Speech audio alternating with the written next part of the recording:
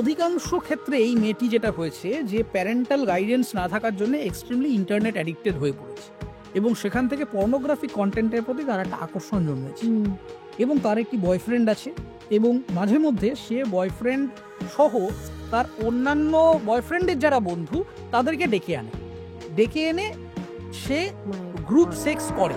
রাজনীতিতে এই স্টার অভিনেতা, আমাদের এখানকার যে রাজনৈতিক মাহলটা তৈরি হয়েছে সেখানে অভিনেতাদের আলটিমেটলি ব্যবহার করা হয় বা অ্যাবিউজ করা হয়। একদম কারেক্ট ওয়ার্ডটা হচ্ছে অ্যাবিউজ করা হয় তাদের ক্ষমতা। তার কারণ এটা এত একটা নোংরা জায়গা চলে এসছে যে এদের যথাযথ রেসপেক্ট দেওয়া হয় না, যে রেসপেক্ট তাদের পাওয়ার কথা সেটা তারা পান না। আমি তো আগের দিন ফেসবুকে লিখেছিলাম যে মেয়েরা যদি প্রত্যেকটা ব্যাড টাচ নিয়ে লিখিত কমপ্লেন করতে আরম্ভ করে তাহলে মানে বিচারপতির সংখ্যা জনসংখ্যার থেকে বেশি হতে হবে।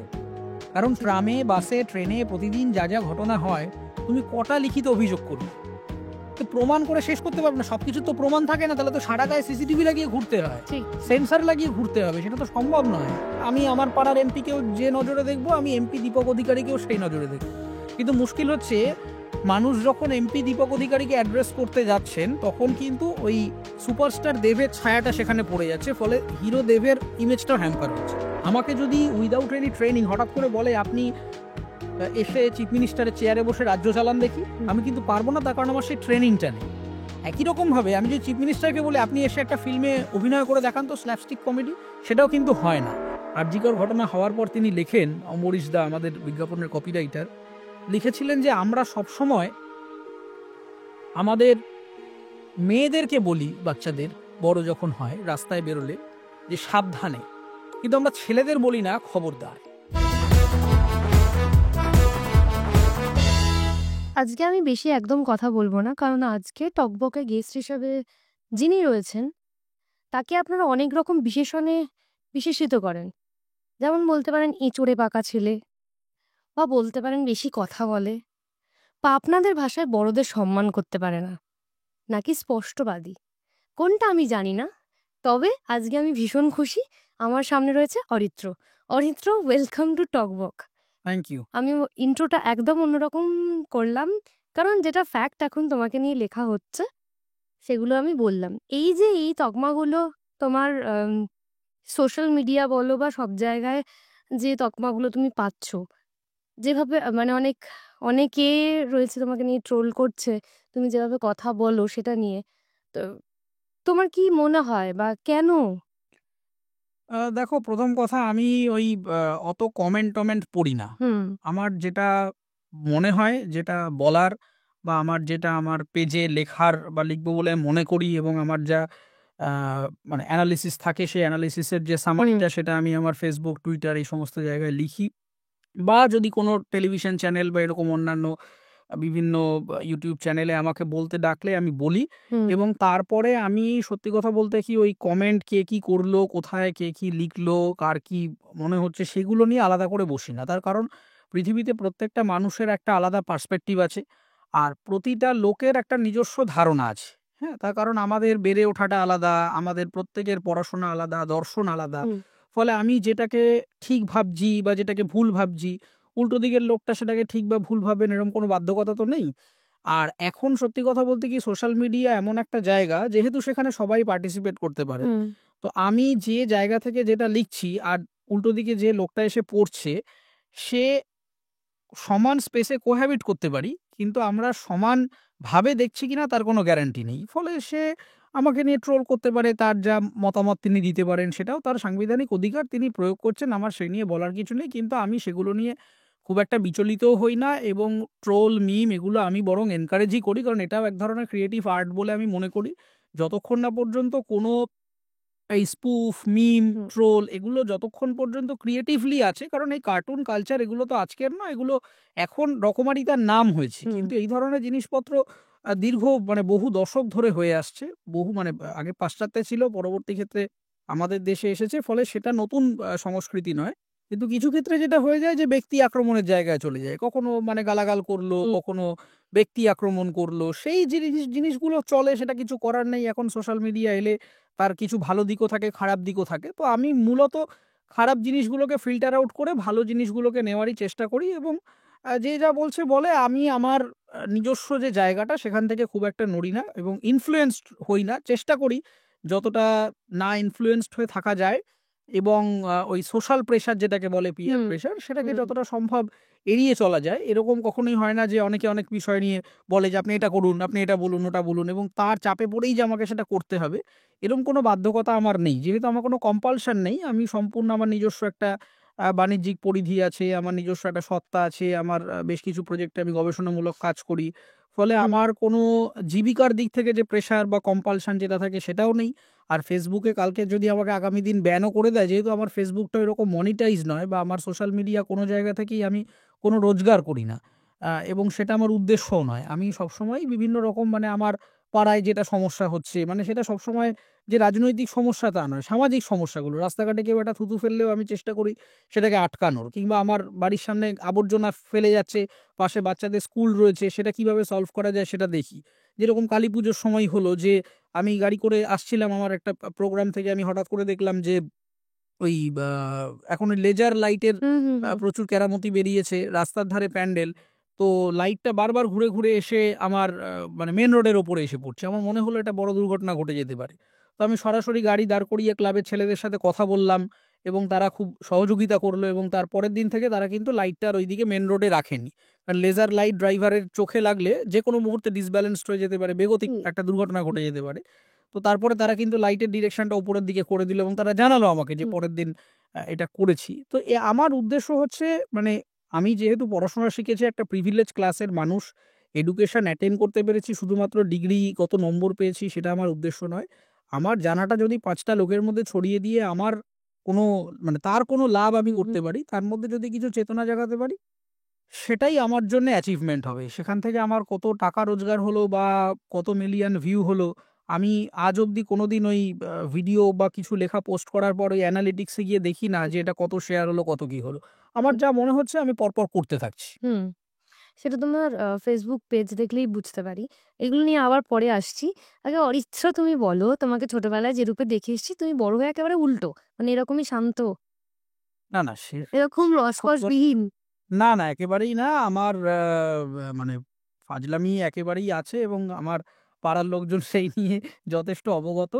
কিন্তু যা হয় বয়সের সাথে, সাথে হ্যাঁ। বিভিন্ন রকম জিনিসপত্র পরিবর্তন হয়। আমারও সেরকম খানিকটা পরিবর্তন তা হয়েছে। অরিত্রর ফ্যান কিন্তু অনেকে রয়েছে। অরিত্রর কি প্রেম আছে? হ্যাঁ, প্রেম আছে, প্রেম আছে। বাহ! এটা শুনেও ভালো লাগছে। কারণ যেভাবে আমরা অরিত্রকে সবসময় দেখে থাকি, স্পষ্ট বক্তা, অবশ্যই সব বিষয় নিয়ে সোচ্চার। এটা মাঝে, মাঝে অবাকই হলাম অরিত্রকে দেখে। অরিত্রও হাসে, অরিত্র পাঁচলামি করে, তাই তো?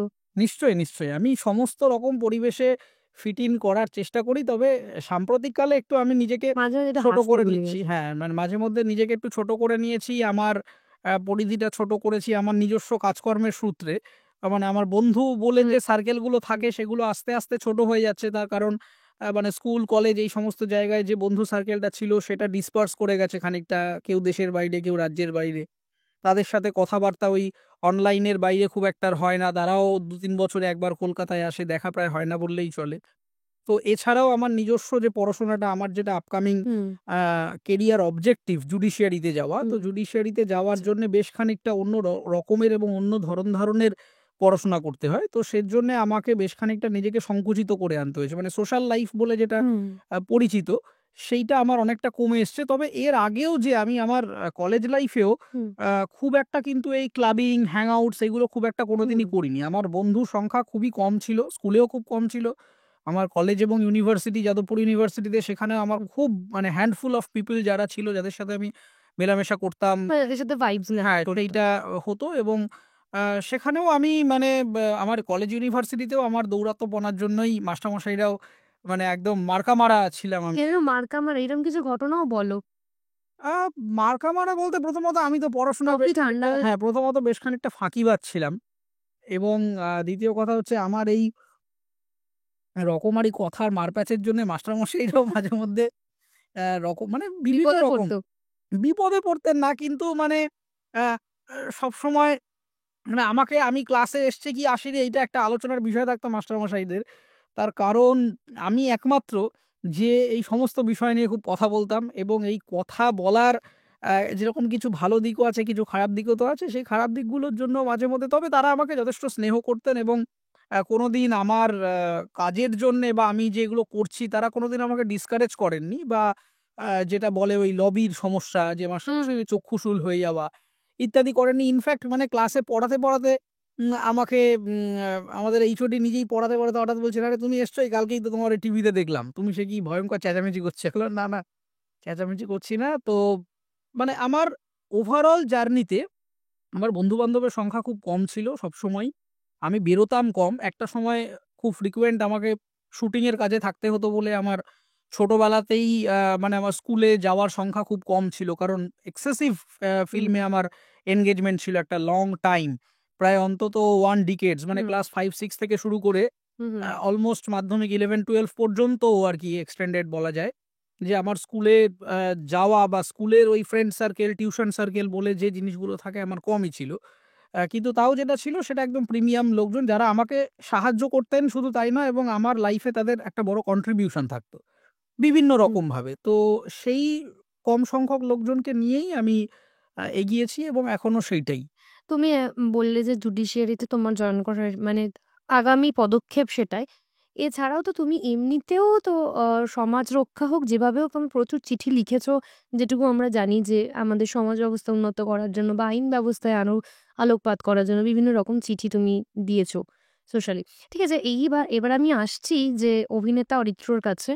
যে একদম প্রচুর সিরিয়াল, তোমার 'তিথির অতিথি' ১ম সিরিয়াল। তারপরে অরিত্র নামটা মানে সবার কাছে ছড়িয়ে পড়লো, যাকে আমি এখনকার ভাষায় ভাইরাল বলি। এটা হচ্ছে ডান্স বাংলা ডান্স থেকে। ঠিক। হ্যাঁ, সেই অ্যাপ্রোচ, ডান্স বাংলা ডান্স, নাচবে তুমিও, তাথই আর তুমি। সেই জার্নিটা কেমন ছিল যখন মানে অরিত্র নামটা চারদিকে ছড়িয়ে পড়লো?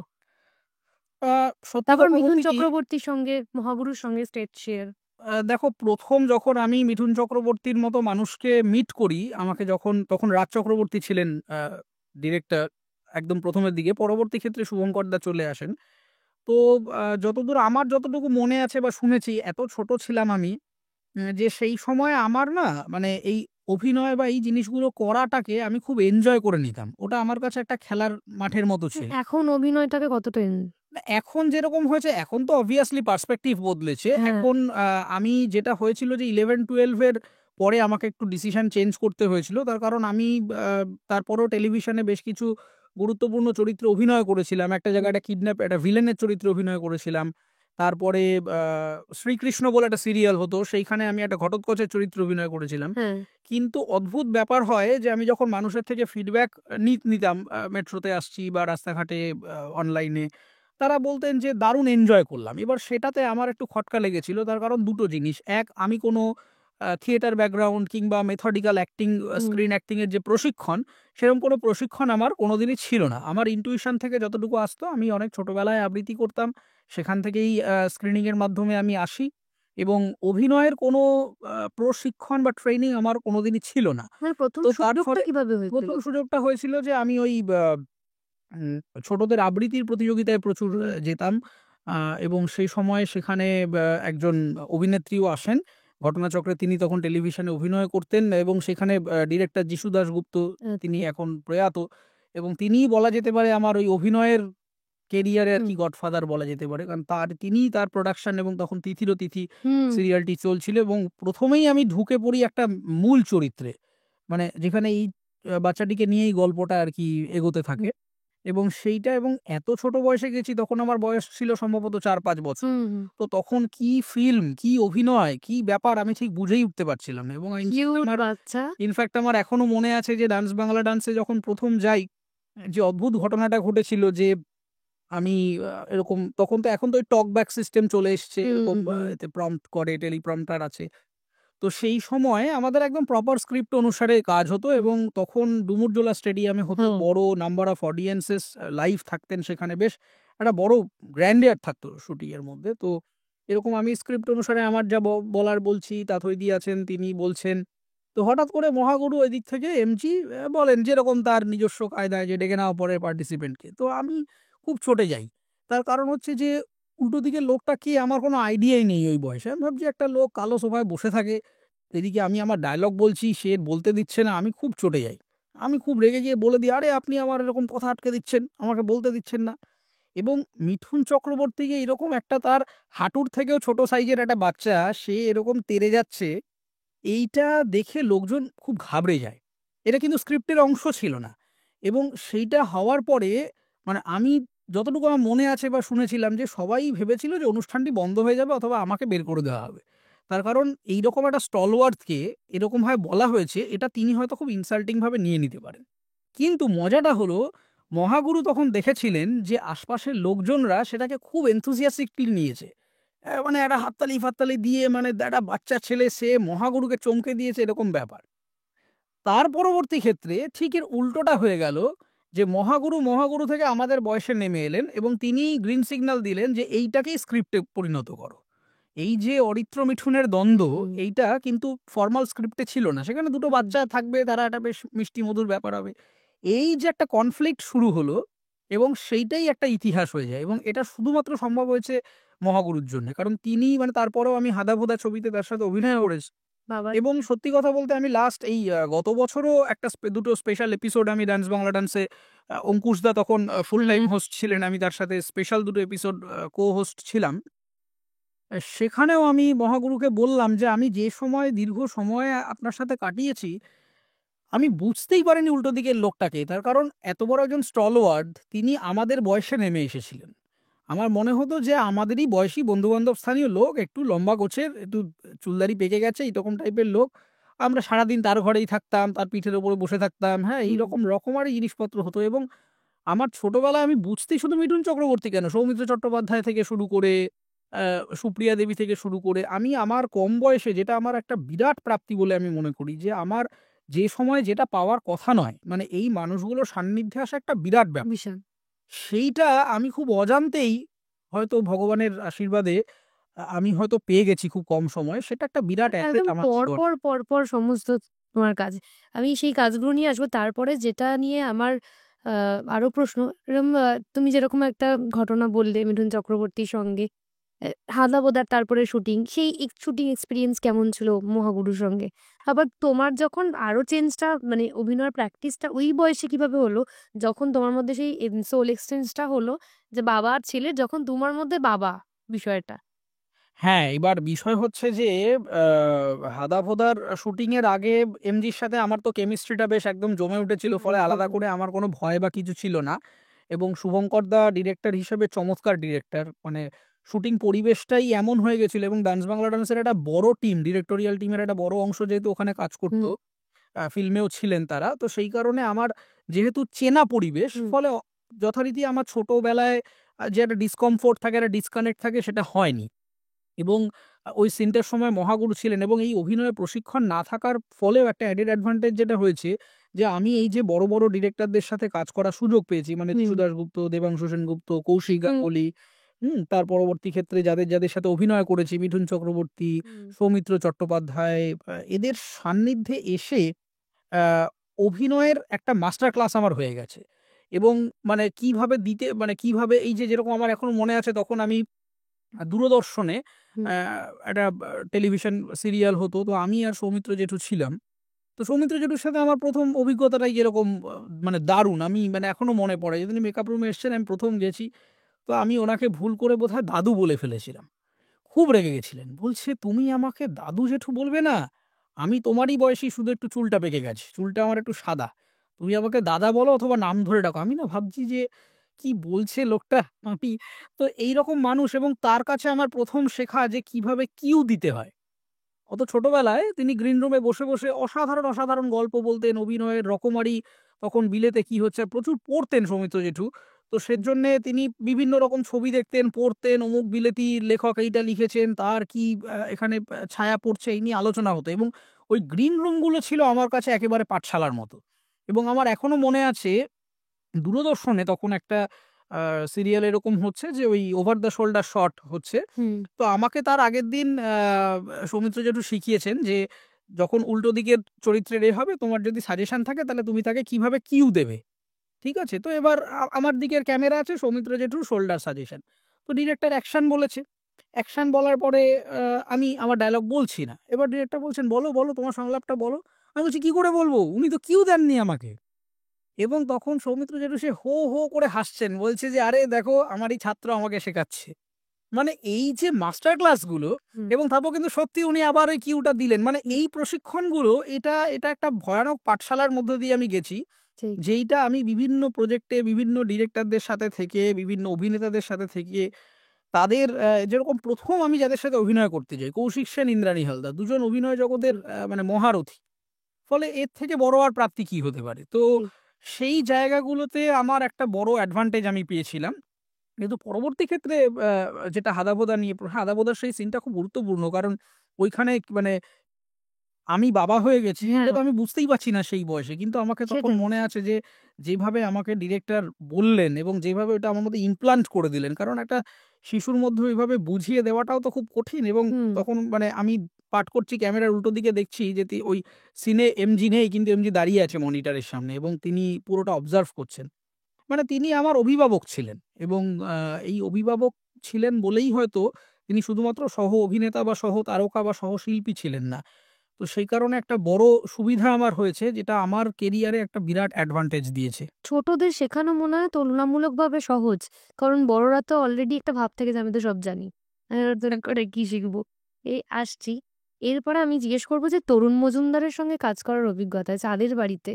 আমার মনে আছে ওই একটা গান ছিল, সেটা মনে হয় তুমিই গিয়েছিলে। না না না, তোমার আমি গাইনি, কিন্তু আমার একজন শিশু শিল্পী খুব গলার সঙ্গে ম্যাচ করেছে। মানে মানে পুরো তরুণ মজুমদারের সিনেমা মানে একটা মানে দারুণ ব্যাপার। মানে চাঁদের গান চাঁদের বাড়ি, চাঁদের বাড়ির এক্সপিরিয়েন্স কেমন ছিল? চাঁদের বাড়ির এক্সাক্ট এক্সপিরিয়েন্স আমার মনে নেই, কারণ অনেক ছোটবেলায় তখন আমি সাথে, হ্যাঁ, একটা প্রথম ইন্টারাকশন আমার তাথইদির সাথে ওই পরাণ বন্ধু আরে খাইতে চাইলি রে কাঁঠাল, সেই ছাদের মনে আছে? হ্যাঁ মানে তাহলে একটু দু লাইন শোনাও আমাদের। না না, ও মনে নেই। পরাণ বন্ধু আরে খাইতে চাইলি রে কাঁঠাল, সেই কাঁঠাল আনিয়া দিমু, সেই কাঁঠাল আনিয়া দিমু। দারুণ, মানে সেই সময় যে ব্যাপারটা হয়েছিল, এবং চাঁদের বাড়ির ইটসেলফ শুটিংটা যা দেখানো হয়েছে, শুটিং মহলটাই সেরকম ছিল।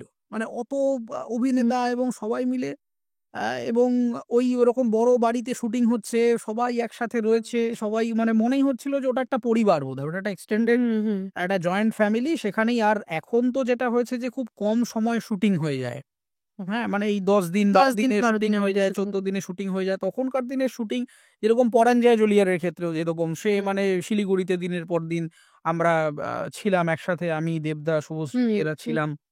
তারপরে চিরদিনই তুমি যে আমার, ক্ষেত্রে সেট বানিয়ে ওখানে একটা লম্বা, তখন প্রায় 30 দিন 40 দিন, যেটা এখনো মোটামুটি বম্বেতে এই ধরনেরই শুটিং স্কেডিউল থাকে। তো তাতে কি হতো, মানে একটা না মনে হতো যে ওটা একটা হাউস, এবং ওইখানে সবাই আছি, আর দীর্ঘদিন ধরে এক জায়গায় থাকতাম, প্রতিদিন সকালবেলা গিয়ে দেখা হচ্ছে। আর আউটডোর শুটিং হলে তো কথাই নেই, যেটা চিরদিনই তুমি যে আমার কিংবা পরাঞ্জয় জুলিয়ারের ক্ষেত্রে হয়েছিল। মানে ওইখানেই থাকতাম, ওইখানেই সব একসাথে থাকা, বেরোনো, নিয়মিত এক জায়গায় যাওয়া, শুটিং স্পটটাই হয়ে যায় একটা বাড়ি টাইপের। তো ফলত চাঁদের বাড়ির এক্সাক্ট অভিজ্ঞতা আমার মনে না থাকলেও এইটুকু খানিকটা মনে আছে যে ওই এগেইন যেটা হয়েছিল যে কার ডিরেকশনে অভিনয় করছি সেটা আমি বুঝতে পারিনি। তরুণ মজুমদার কে জানি না, অসম্ভব আমার পক্ষে জানা। এবং আমি শুধু এইগুলো মনে আছে যে ওইরকম একটা লোক, বয়স্ক লোক, ধুতি পাঞ্জাবি পরে আসতেন, যার একটা মানে গলার আওয়াজে ফ্লোর সাইলেন্ট হয়ে যেত, এবং তিনি নিজেই মাঝে মধ্যে ক্যামেরা অপারেট করতেন। আর তখন ওই বড় ক্যামেরা থাকতো, ফিল্ম ক্যামেরা, হ্যান্ড ক্রেনে করে এরকম উঠছে, তরুণবাবু নিজেই সেই ক্যামেরা শট ডিজাইন করছেন। এবং ওই ইন্দ্রপুরীতে বড় সেট ফেলে কিছু শুটিংও হয়েছিল, ইন্দ্রপুরী অথবা NT1 এক্স্যাক্টলি আমার মনে নেই। এবং তখন ওই সেট কালচারটা ছিল। এখন যেরকম এই রকমারি মানে ভার্চুয়াল প্রোডাকশন এসে গেছে, ছোট্ট জায়গায় শুট করে সেটাকে পরে এক্সটেন্ড করে দাও। আর তখন ক্রাউড মানে অরিজিনাল ক্রাউড আসতো, মানে পুরো উৎসবের মাহলটা ক্রিয়েট হতো। এখন যেসব কম্পিউটার গ্রাফিক্সে তৈরি হয়ে যায়, তখন একদম ওই পরিবেশটা ছিল। ফলত চাঁদের বাড়ির এক্সপিরিয়েন্স যতটুকু আমার মনে আছে সেইটা ওইটাই। এবং সেখানেও অনেক বড় বড় অভিনেতা অভিনেত্রীরা ছিলেন, এবং তারা, এবং সেখান থেকে আমার যেটা হলো যে সে সময়টা খুব এরকম সিরিজ থাকতো যে এই ছবিতে হয়ে গেল, আবার পরের মাসে তাদের সাথে আবার দেখা হলো। তো মানে যেহেতু প্রচুর কাজ হতো সেই সময়, এখন তো নাম্বার অফ ফিল্ম প্রডিউসড এই সংখ্যাটা কমে গেছে। আগে প্রায় 60-70টা ছবি হতো বছরে। ভালো ফিল্মের সংখ্যাও কমে। হ্যাঁ, সেইটার ফলে এখন যে জায়গাটা ছোট হয়ে গেছে, আগে খুব ভাস্ট ছিল। এবং তখন একটা ইন্টারেস্টিং জিনিস আমার যেটা মনে আছে, যেহেতু ফিল্মে শুটিং হতো, তো তখন এত রিটেকের বন্দোবস্ত ছিল না। তার কারণ এখন একটু ভুল হলো, ফাম্বেল করলাম, পরে ওটাকে রিটেক নেওয়া যাবে। তখন তো মানে রিল পুড়ে যাচ্ছে, মানে রিল কমপ্লিট। তো ওটা খুব কস্টলি হয়ে যেত। আমার এখনো মনে আছে যে প্রচুর রিহার্সাল হতো সেই সময়। মানে ওই নাচের রিহার্সাল প্রায় ২ দিন ধরে রিহার্স হচ্ছে এবং বারবার করে ওই মনিটর টেকটা নেওয়া হচ্ছে। হ্যান্ড ক্রেনে বসে বিভিন্নভাবে নিচ্ছেন ডিরেক্টর সাহেব। এই সেম জিনিসটা পরাণ জয় জুলিয়ারের ক্ষেত্রেও বিখ্যাত একটা সিন, যেটা আমি এবং দেবদা ছাদে দাঁড়িয়ে আছি, যেখানে আমি ওকে ওই প্রেম নিয়ে কৌশল শেখাচ্ছি। সেইখানে মানে একটা অদ্ভুত ব্যাপার হয়েছিল। মাঝে মধ্যে দেবদা ভুলে যাচ্ছেন, তো তারপরে শটে আমি ভুলে যাচ্ছি। একটাই সিকোয়েন্স, কিন্তু কিছুতেই কি একটা গোলমাল হয়েছিল যে শটটা হচ্ছিল না। সে প্রায় ৮-৯ বার টেক দিয়ে দিয়েছি, সে সিনটা হচ্ছে না, কিন্তু সিনটা দুর্ধর্ষ। তো আমাদের ডিরেক্টর সাহেব রবিজি এবং প্রোডিউসার সাহেব, তখন এসভিএফ এর শ্রীকান্তজি, তারা ফ্লোরে বসে আছে। ওদিকে রিল তো চলে যাচ্ছে, মানে প্রোডিউসারের কয়েক হাজার টাকা চলে গেল। তখন রেগে গিয়ে তো রবিজি বলেই দিলেন, হাঁটা দো ইয়ে সিন কো। কিন্তু আমি আর দেবদা তখন প্রায় মানে খুব ভেঙে পড়লাম, না এটা করতেই হবে, কি হচ্ছে একটা, কেন পারছি না বলে। তারপরে লাঞ্চ ব্রেক হয়ে গেল। লাঞ্চ ব্রেক হয়ে আমরা দুজনেই রিকোয়েস্ট করলাম স্যারকে যে স্যার একটা বার আর একটা সুযোগ দিন। দিয়ে আমরা অনেকবার করে রিহার্সাল করলাম, করে টোরে রকমারি ইম্প্রোভাইজ করে তারপরে আমরা সিনটা দিলাম। এবং সেটাই পরাণ জয় জুয়েলের আইকনিক সিন, যখন ওই কিভাবে প্রপোজ করতে হবে সেই নিয়ে ছাদে দাঁড়িয়ে আলোচনা হচ্ছে। তো সেই সময়ের এই মাহলগুলো খুব ইন্টারেস্টিং। এবং এই রিহার্সালের কালচারটা, যেরকম চিরদিনই তুমি আমার ক্ষেত্রে রিহার্সাল ভয়ঙ্কর জায়গা ছিল। তার কারণ এই যে করে কথা বলা, কারণ আমি একটা মিডিল ক্লাস ফ্যামিলির খুব মানে বাঙালি মধ্যবিত্ত ঘরের ছেলে, একটা গ্যারেজের ছেলে, কিভাবে কথা বলবে, পকেটে হাত দিয়ে দাঁড়াতে হবে, এটা তো আমি বুঝতেই পারছি না কি করে করতে হবে। তো তখন ওয়ার্কশপ হয়েছিল। মানে আজকে তারা সবাই প্রথিতযশা ডিরেক্টর অভিমন্যুদা, যিনি লেখেন, রাজ চক্রবর্তী তো ছিলেনই, এন.কে. সলিল তখন ছিলেন, রুদ্রদা মানে রুদ্রনীল ঘোষ, এরা সবাই মিলে ওয়ার্কশপ হতো। এবং ওয়ার্কশপে আমার মাকে বলে দেওয়া হতো যে আপনি ওকে নামিয়ে দিয়ে যাবেন, আর আপনি থাকবেন না, আপনি আবার সন্ধেবেলা আসবেন। তো এই ওয়ার্কশপ কালচারের ফলে যেটা হয়েছিল, মানে যে পার্টটা করেছি সেটা মানে আমার মধ্যে ঢুকে গেছিল যে আচ্ছা রুদ্রদা আসবেন, কথা কি চাই, তুই কেড়ে এড়ে, এই ব্যাপারটা, এই বডি ল্যাঙ্গুয়েজটা আমার মধ্যে আসতো না যদি না ওয়ার্কশপটা হতো। তো চ্যালেঞ্জ কিংবা চিরদিনই তুমি আমার, এইগুলো সবকটাই সম্ভব হয়েছে হচ্ছে ম্যাসিভ প্রিপারেশনের জন্য। সেইগুলো খুব ভালো অভিজ্ঞতা। মানে শুটিং তো হয় কিছুদিন, কিন্তু তার আগের জার্নি, পরের জার্নি, এইগুলো খুব ইম্পর্টেন্ট এবং এগুলো খুব গুরুত্বপূর্ণ মেমোরি আমার কাছে রয়েছে। একদমই। এই যে পরাণ জয় জলিয়া, চ্যালেঞ্জ, পরপর সমস্ত হিট সিনেমায় তুমি দারুণ একটা মানে দর্শক প্রচুর ভালোবেসেছিল। এবার বলি যে দেবকে তুমি চিনেছো অন্যরকম ভাবে, একদম ছোট থেকেই, ছোটে মিয়া বারে মিয়া, দেবের সঙ্গে এক্সপিরিয়েন্স কিরকম, তারপরের প্রশ্নটা আমি করছি। আমি মানে হিরো দেবের থেকেও আমি তো দেবকে হিরো হিসাবে যত না দেখেছি, তার থেকে বেশি অনেক বড় মিয়া বা আমার দেবদা হিসাবেই দেখেছি। ইনফ্যাক্ট এখনো আমি মানে এবং সত্যি কথা বলতে কি, যতদিন আমি দেবদার সাথে কাজ করার প্র্যাকটিক্যাল অভিজ্ঞতা হয়েছে, আমি একজন ডাউন টু আর্থ স্টারকে দেখেছি, যিনি, যার মধ্যে অ্যাটলিস্ট সেই সময় আমি কোনো অহংকার দেখিনি। যে কো-স্টার বা এদের সাথে যেটা হয়, স্টার হয়ে গেলেই যে আমি স্টার, এই ব্যাপারটা আমি অন্তত কোনোদিন ফেস করিনি, বা তদানীন্তন আমার কলিগরাও কোনোদিন ফেস করেছেন বলে শুনিনি। এবং দর্শকদের সাথে যে অ্যাটাচমেন্ট, মানে শুটিং হচ্ছে, হয়তো রাজবাড়িতে বাইরে কিছু লোকজন চলে এসছে, উইদাউট সিকিউরিটি, মানে সিকিউরিটি বুঝতেই পারছেন না যে কি করবে, হঠাৎ করে চলে যাচ্ছে দেবদার এর মধ্যে, মানুষের মধ্যে চলে যাচ্ছেন। এবং এই যে মানুষের সাথে কানেক্ট করাটা, এবং হিরো দেব এমন একজন মানুষ যার জার্নিটার মধ্যে অনেক ওঠাপড়া আছে, এবং আমি তাকে যেহেতু একদম মানে জিরো থেকে হিরো হতে দেখেছি, ফলে আমার তার প্রতি একটা আলাদা রেসপেক্ট সবসময়ই আছে তার অভিনেতা হিসেবে। তার কারণ তিনি যেভাবে যে জায়গা থেকে এসছেন, যে স্ট্রাগল করেছেন, মানে এখন তার অনেক বাড়ি গাড়ি হয়েছে বলে তাকে অনেক কথা শুনতে হয়, কিন্তু এই বাড়ি গাড়ি করার পেছনে তার যে খাটনিটা রয়েছে, এবং তার যে অন্ধকার জীবনটা থেকে তিনি এসছেন, যেভাবে একটা মেসে থাকতেন এবং রাতের পর রাত কখনো প্রোগ্রাম করছেন, প্রোগ্রাম করে হয়তো ফিরতে পারছেন না, সেই রকম পরিমাণ রোজগার করতে পারছেন না, এবং নিজেকে যে এফার্টটা দিয়েছেন 100%, সেইটা খুব মনের জোর না থাকলে কিন্তু ওই জায়গাটায় যাওয়া যায় না। মানে বাইরে থেকে বলা খুব সোজা যা এসে গেছে, কিন্তু দেব এমন একজন যাকে কিন্তু স্পুন ফিট করানো হয়নি। তিনি যাই করুন, ভালো করুন খারাপ করুন, হিট করুন ফ্লপ করুন সেই সমস্ত রেসপন্সিবিলিটি তার নিজের, তার কারণ তিনি ভেঙে ভেঙে মানে লাভ করে লোকসান করে এটা করে ওটা করে সেটা করে করে করে করে করে দেখেছেন। তো সেজন্যে হিরো দেবের প্রতি আমার একটা সবসময় আলাদা একটা জায়গা সবসময় ছিল এবং আগামীতেও থাকবে। না সত্যি ওর যে তুমি যে বললে ডাউন টু আর্থ ভীষণ আমি সামনে থেকেও দেখেছি। কিছুদিন আগে খাদানের ডাবিং চলছিল। আমি সেই সময় এডিটিভিক্স একটা কাজে গিয়েছিলাম। তো তখন দেব বেরিয়ে যাচ্ছিলেন আর আমাদের ওখানে কৃষ্ণাদি মানে যিনি চা-টা করেন আরকি তিনি মনে হয় আগে বলেছিলেন তোমার সঙ্গে একটা ফটো তুলবো। তো দেবদা হয়তো ভুলে গেছিলেন। বেরিয়ে গেছিলেন। বেরিয়ে গিয়ে আবার ফিরে এলেন। দিয়ে ডাকছেন, "এই কৃষ্ণাদি তুমি তো আমার সাথে ছবিই তুললে না।" দিয়ে একসাথে জড়িয়ে ধরে আবার তাকে ছবি হ্যাঁ, তোলা। এগুলো এই বিষয়গুলো উনি সত্যি করেন। একজন স্টারকে তুলতে সাহায্য। যে প্রশ্নটা আমি বললাম পরে আসছি। সেটা হচ্ছে যে এই যে 0 থেকে হিরো দেবকে তুমি দেখেছো, হতে দেখেছো। তারপরে এখন রাজনৈতিক মঞ্চে দেব। এই দুটো বিষয়কে তুমি কি বলবে? দেখুন সেটা প্রথমত তার ব্যক্তিগত ব্যাপার। তুমি তিনি দেখুন বলো না, তুমি দেখো বলো না, পায়ে রাজনীতি তিনি করছেন উম এইটা সম্পূর্ণ তার ব্যক্তিগত চয়েস। এই ব্যাপারে আমরা কেউ সালিশি করতে পারি না। কিন্তু আমার একটা অভিমান থাকবে তার প্রতি। তার কারণ হচ্ছে যে তিনি অনেক আগে এই জায়গায় চলে গেলেন এবং আমাদের মানে রাজনীতিতে যাওয়া নিয়ে আমার কোনো সমস্যা নেই। কিন্তু আমাদের বাংলার এই মুহূর্তে রাজনৈতিক পরিকাঠামোটা এরকমই একটা জায়গায় চলে গেছে যেখানে সবসময় একটা দাগিয়ে দেওয়ার রাজনীতি এবং রাজনীতির একটা কদর্য জায়গায় চলে গেছে। দেখুন দক্ষিণ ভারতেও কিন্তু রাজনীতি হচ্ছে। সেখানেও কিন্তু বিভিন্ন দলের লড়াই আছে। অনেক সুপারস্টাররা সেখানে অভিনয়ে এসছে। আমরা বম্বের ইতিহাসেও দেখেছি রীতিমতো মন্ত্রী হয়েছেন এরকম স্টার অভিনেতা অভিনেত্রীদেরও আমরা দেখেছি। সেটা নিয়ে যেকোনো প্রফেশন থেকেই পলিটিক্সে আসতে পারে। কিন্তু এখানে পলিটিক্সটা এরকমই যে আমরা শুধু সারফেসটা দেখি। এর ভিতরের অন্ধকারটা তো দেখি না। এবং এখন যেটা হয়ে দাঁড়িয়েছে যে একজন শিল্পীর তো আসলে কোনো সিপিএম, তৃণমূল, বিজেপি হয় না।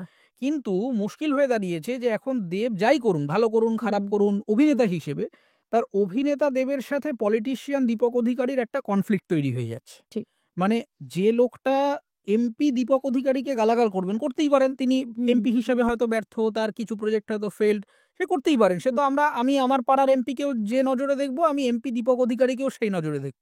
কিন্তু মুশকিল হচ্ছে মানুষ যখন এমপি দীপক অধিকারীকে অ্যাড্রেস করতে যাচ্ছেন, তখন কিন্তু ওই সুপারস্টার দেবের ছায়াটা সেখানে পড়ে যাচ্ছে। ফলে হিরো দেবের ইমেজটাও হ্যাম্পার হচ্ছে।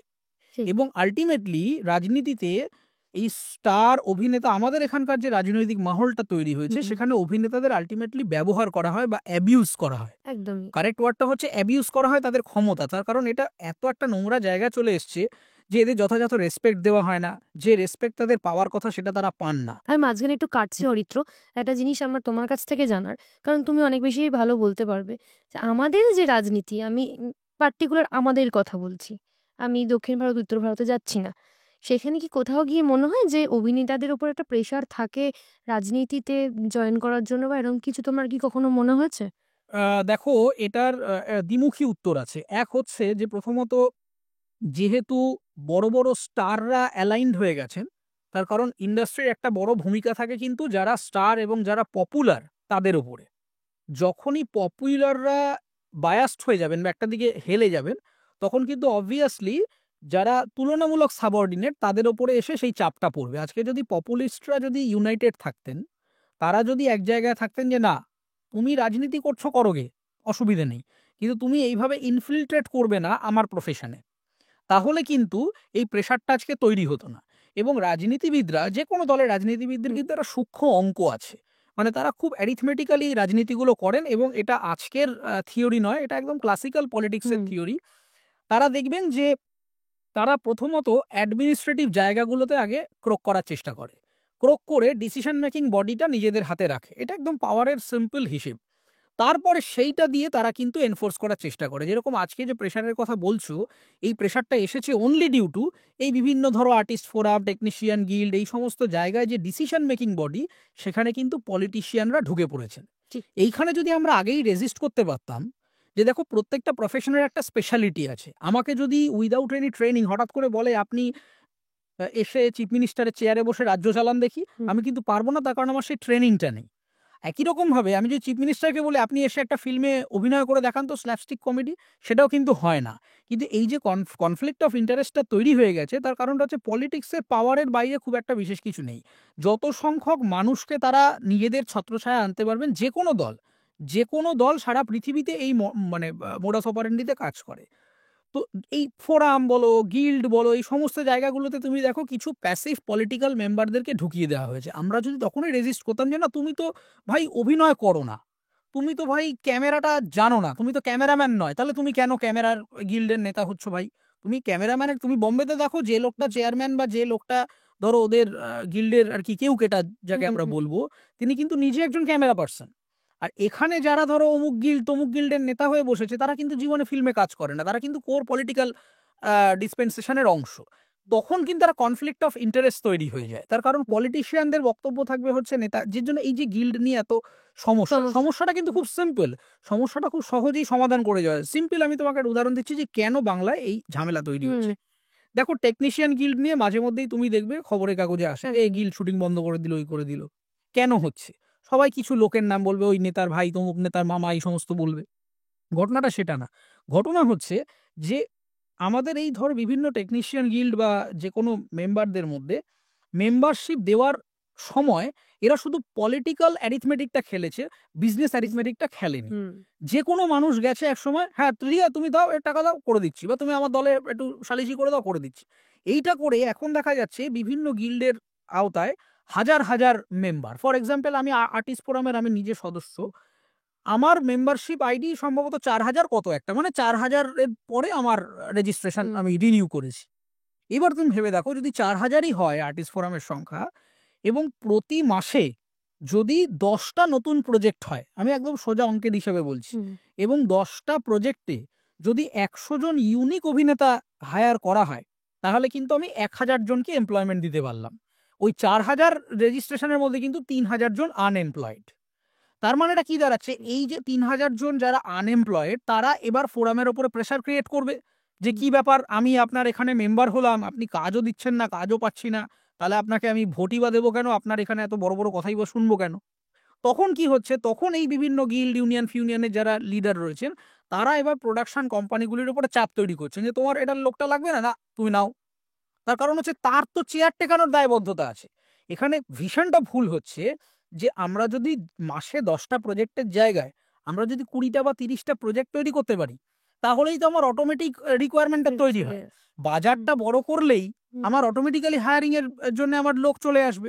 এখানে যেটা হচ্ছে, এখানে একটা ভুল দর্শন নিয়ে এনারা কাজ করছেন যে 10টাই প্রজেক্ট করবো, দরকার 8টা করে দেবো, কিন্তু 8টা প্রজেক্টের মধ্যে আমি বাকি 30টা প্রজেক্টের এমপ্লয়িকে জোর করে ঢোকাবো। সেখানেই producer versus director versus guild একটা ঝামেলা তৈরি হচ্ছে, এবং পুরো লোডটা এসে পড়ছে হচ্ছে সিস্টেমের উপরে। এটা পদ্ধতি নয়, কাজের সংখ্যাটা বাড়াতে হবে। দেখো ওটিটি কতগুলো এলো, আস্তে আস্তে ছোট হয়ে গেল। Number of content film produced আগে 60টা 70টা, আমি আগের দিন একটা খবরের কাগজ রিপোর্ট দেখছিলাম, সেটা কমে এখন প্রায় 40টা 45টা এসে দাঁড়িয়েছে। পরের বছর শুনছি আরো 3-4টে কমে যেতে পারে। এইটা খুব অ্যালার্মিং। যদি কমে যায়, আমার তো জনসংখ্যা কমছে না, আমার জনসংখ্যা বাড়ন্ত, কিন্তু আমার যদি বাজার ছোট হয়ে যায়, তো আমাকে তো তখন সার্ভাইভাল অফ দ্য ফিটেস্টের জন্য বিভিন্ন রকম আনলফুল মিনস ব্যবহার করছেন, কোথাও পলিটিক্যাল মিনস ইউজ হচ্ছে, কোথাও অন্যরকম ভাবে একে কাঠি করে সরিয়ে দাও, আমাকে ঢুকিয়ে দাও, এই জিনিসপত্রগুলো হবেই যতক্ষণ না বাজারটা তৈরি করতে হবে। এইটা একটা ভুল ফিলোসফিতে চলছে। এবং আমি মানে কামিং টু ইউর কোয়েশ্চেন, যে এই যে বলা হয় যে অভিনেতাদের ওপরে প্রেশার আছে কি নেই, এটা কিছুটা থাকে। এটা থাকার কারণটা হচ্ছে যে অ্যাডমিনিস্ট্রেটিভ জায়গাগুলোয় চলে গেছে। যেই মুহূর্তে এই ফোরাম, কাস্টিং এজেন্সি, এই সমস্ত জায়গায় পলিটিক্যাল রিপ্রেজেন্টেটিভ চলে আসবে, তখন এরা ইনসিকিউরিটি তৈরি করবে যে আমি যদি তোমাকে না চান্স দেই। এরকম বহু ক্ষেত্রে হয়, অনেক টেলিভিশনের অভিনেতাদের কাছ থেকে আমার শোনা, আমি এখন রেগুলার টেলিভিশন অভিনয় করি না, যে রীতিমতো বিভিন্ন পলিটিক্যাল পার্টির অনুষ্ঠানে নেতা একদম ফ্লোরে চলে আসছে, এসে প্রোগ্রামারকে বলছে এই কালকে কিন্তু এটা আছে, এটা ওকে ছেড়ে দিতে হবে, এই 4 জনকে ছেড়ে দিতে হবে। মানে কোনো কনসেন্টের গল্প নেই। মানে এই যে একটা পজিটিভনেস তৈরি হয়ে গেছে, এটা অনলি ডিউ টু আমরা রেজিস্ট করিনি। যে তুমি তো আমাকে বিধানসভায় কালকে গেলে আমাকে ঢুকতে দেবে? নিশ্চয়ই দেবে না, বলবে তুমি কোয়ালিফাই করে এসো। তা একই প্রশ্ন তো আমারও করা উচিত যে আপনি কি কোয়ালিফাইড ফর ফিল্ম ইন্ডাস্ট্রি? আপনি তাহলে কেন ইন্ডাস্ট্রির মধ্যে এসে নাক গলাচ্ছেন? এইটা করা হয়নি বলে এখন ডিসব্যালেন্সড হয়ে গেছে। এবং যেহেতু ওপরের দিকের স্টারেরা, মানে ফর এক্সাম্পল আজকে যদি এই দেব বলো, নুসরাত বলো, মিমি বলো, এরাই যদি ইউনাইটেড থাকতেন যে না এটা হবে না, তুমি আমাকে এনফোর্স করতে পারো না। আমি সিনেমা, যেটা আজকে মিমি বলছেন যে রাজনীতি আমার জন্য নয়, দেব বারবার বলেছেন যে আমি রাজনীতি বুঝি না, আমাকে হ্যাঁ, কিন্তু কেন করছো তাহলে? তার মানেটা হচ্ছে যে তোমাকে নিশ্চয়ই কোনো না কোনো দিকে তোমার একটা উইকনেস আছে, সেই উইকনেসটাকে যদি আমি এনভেলপিং করে দিতে পারতাম তাহলেই আমরা বাকিদের ওপরে এসে পড়তো না। ওপরের মাথাটা যেই দুর্বল হয়ে যাবে অবভিয়াসলি তখন সাবঅর্ডিনেট জায়গাটা ছায়াটা সরে যাবে এবং সেই চাপটা তাদের উপরে এসে পড়বে, যেটা এখন শুরু হয়েছে। একদম ঠিক কথা অরিত্র।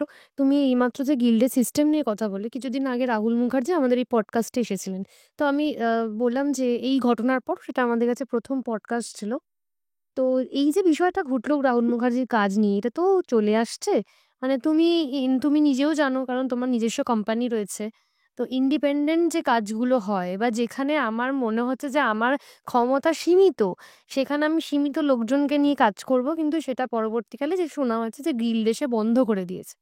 তো এটা কিসের প্রবলেম? এটা কি সিস্টেমের প্রবলেম? সেটা কি রুলসের প্রবলেম? এখানে চেঞ্জটা কোথায় হওয়া প্রয়োজন? দেখুন, প্রথম কথা হচ্ছে যে এই রুল কোথাও লেখা নেই যে কোনো ইউনিয়ন এসে আপনার শুটিং বন্ধ করতে পারে। এটা সিনেমাটোগ্রাফ অ্যাক্ট আপনি পড়লেই দেখতে পারবেন যে কোথাও লেখা নেই যে আমি একটা ফটোগ্রাফ করছি বা ভিডিওগ্রাফ করছি, যে সেটা যদি একটা শুটিং হয় তাহলে যদি শুটিংয়ে কিছু আনলফুল জিনিস দেখানো হয় সেটা এক্সিবিশনে সেন্সর বোর্ড আছে, তারা আটকাবে। কিন্তু আমার শুটিংয়ে আমি যদি পারমিশন নিয়ে শ্যুট না করি, রাস্তায় এসে পুলিশ বলতে পারে না আপনি এটা করবেন না।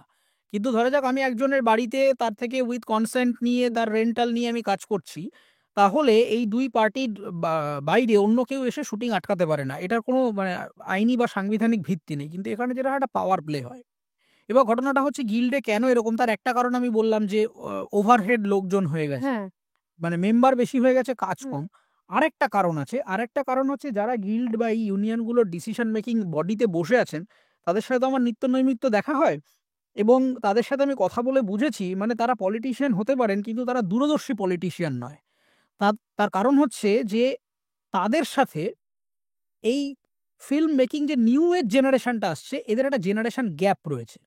মানে ফর এক্সাম্পল আমি একেবারে সরাসরি নাম করেই বলতে পারি, ধরা যাক স্বরূপ বিশ্বাস বা অরূপ বিশ্বাস, যাদের নিয়ে এত ঝামেলা, তার একটা একটা ধরো 50 বছর 60 বছর বয়সের সিনিয়র রাজনীতিবিদ হতে পারে। একটা 60 বছর বয়সের রাজনীতিবিদ যদি একজন 18 বছর বা 20 বছর বয়সের ফিল্ম মেকারকে ডিল করেন যে কিনা জেনারেটিভ এআই নিয়ে ফিল্ম করে ফাটিয়ে দিচ্ছে, সে কি করে বুঝবে? তার কারণ 60 বছরের ভিশন নিয়ে তো তুমি, কারণ এখন মিডিয়াটা ক্রমাগত ডায়নামিক। এখন আমার একটা ক্যামেরা নিয়ে বসে এখানে আমরা যেটা শুট করলাম কালকেই গ্রাফিক্স করে এটাকে নিউ ইয়র্ক বানিয়ে দেওয়া যাবে। দিন হ্যাঁ, এইটা যে প্রতিদিন চেঞ্জ হয়ে যাচ্ছে, এই এই দর্শনটাই রাজনীতিবিদদের নেই, মানে যারা অ্যাটলিস্ট ডিসিশন মেকিং বডিতে বসে আছেন। সেই কারণে কি হয়, একটা জেনারেশন গ্যাপ তৈরি হয় এবং আমার সাথেও এই তর্ক বিতর্ক তাদের মাঝে মধ্যেই লাগে যে আপনারা এই জিনিসটা, ফর এক্সাম্পল আমার সংস্থা একটা প্রজেক্ট চলছিল কিছু ওই ভার্চুয়াল প্রোডাকশন এবং গেমিং রিলেটেড লোকের জন্য। আমি কলকাতার আচ্ছা আচ্ছা মাস কম, media school, private institute, graphics institute কোথাও গিয়ে প্রপার গেমিং আমাদের যে রিকোয়ারমেন্ট ছিল, একটা ব্যাঙ্গালোরের স্টার্ট আপ, তাদের কাজ করছিলাম আমরা লোক পেলাম না। তার কারণটা হচ্ছে এডুকেশন সিস্টেমটাই গন্ডগোল। তুমি ক্যালকাটা ইউনিভার্সিটির যে জার্নালিজম মাস কমিউনিকেশন যা পড়ানো হয় এখন, আমি তো ছাত্রদের ডিল করি, সেই সাবেকি আমলের একটা ট্রেনিং রয়ে গেছে। এবার একটা ক্যালকাটা ইউনিভার্সিটির ছেলে বা মেয়ে সেই ইন্টারভিউ দিতে বসছে আমার সংস্থায় ভার্সেস একটা প্রাইভেট ইনস্টিটিউটের ছেলে বা মেয়ে আসছে। আমি ক্যালকাটা ইউনিভার্সিটির ছেলেটিকে জিজ্ঞাসা করলাম, ভাই তুমি টেলিপ্রম্পটার দেখে বলতে পারবে? সে বলছে না, এসব তো শিখিনি। এদিকে ছেলেটা বা মেয়েটি বলছে হ্যাঁ করবো, তো ট্রেনিং আছে আমার, পারবো। তো অবভিয়াসলি এই ছেলেটাকে আমাকে সরিয়ে দিতে হলো। কিন্তু দেখা যাবে ওর হয়তো পড়াশোনা গভীরতা অনেক বেটার, কিন্তু আমি নিতে পারলাম না। তার কারণ হচ্ছে প্রায়োগিক শিক্ষাটা তো নেই। আমি কি করব?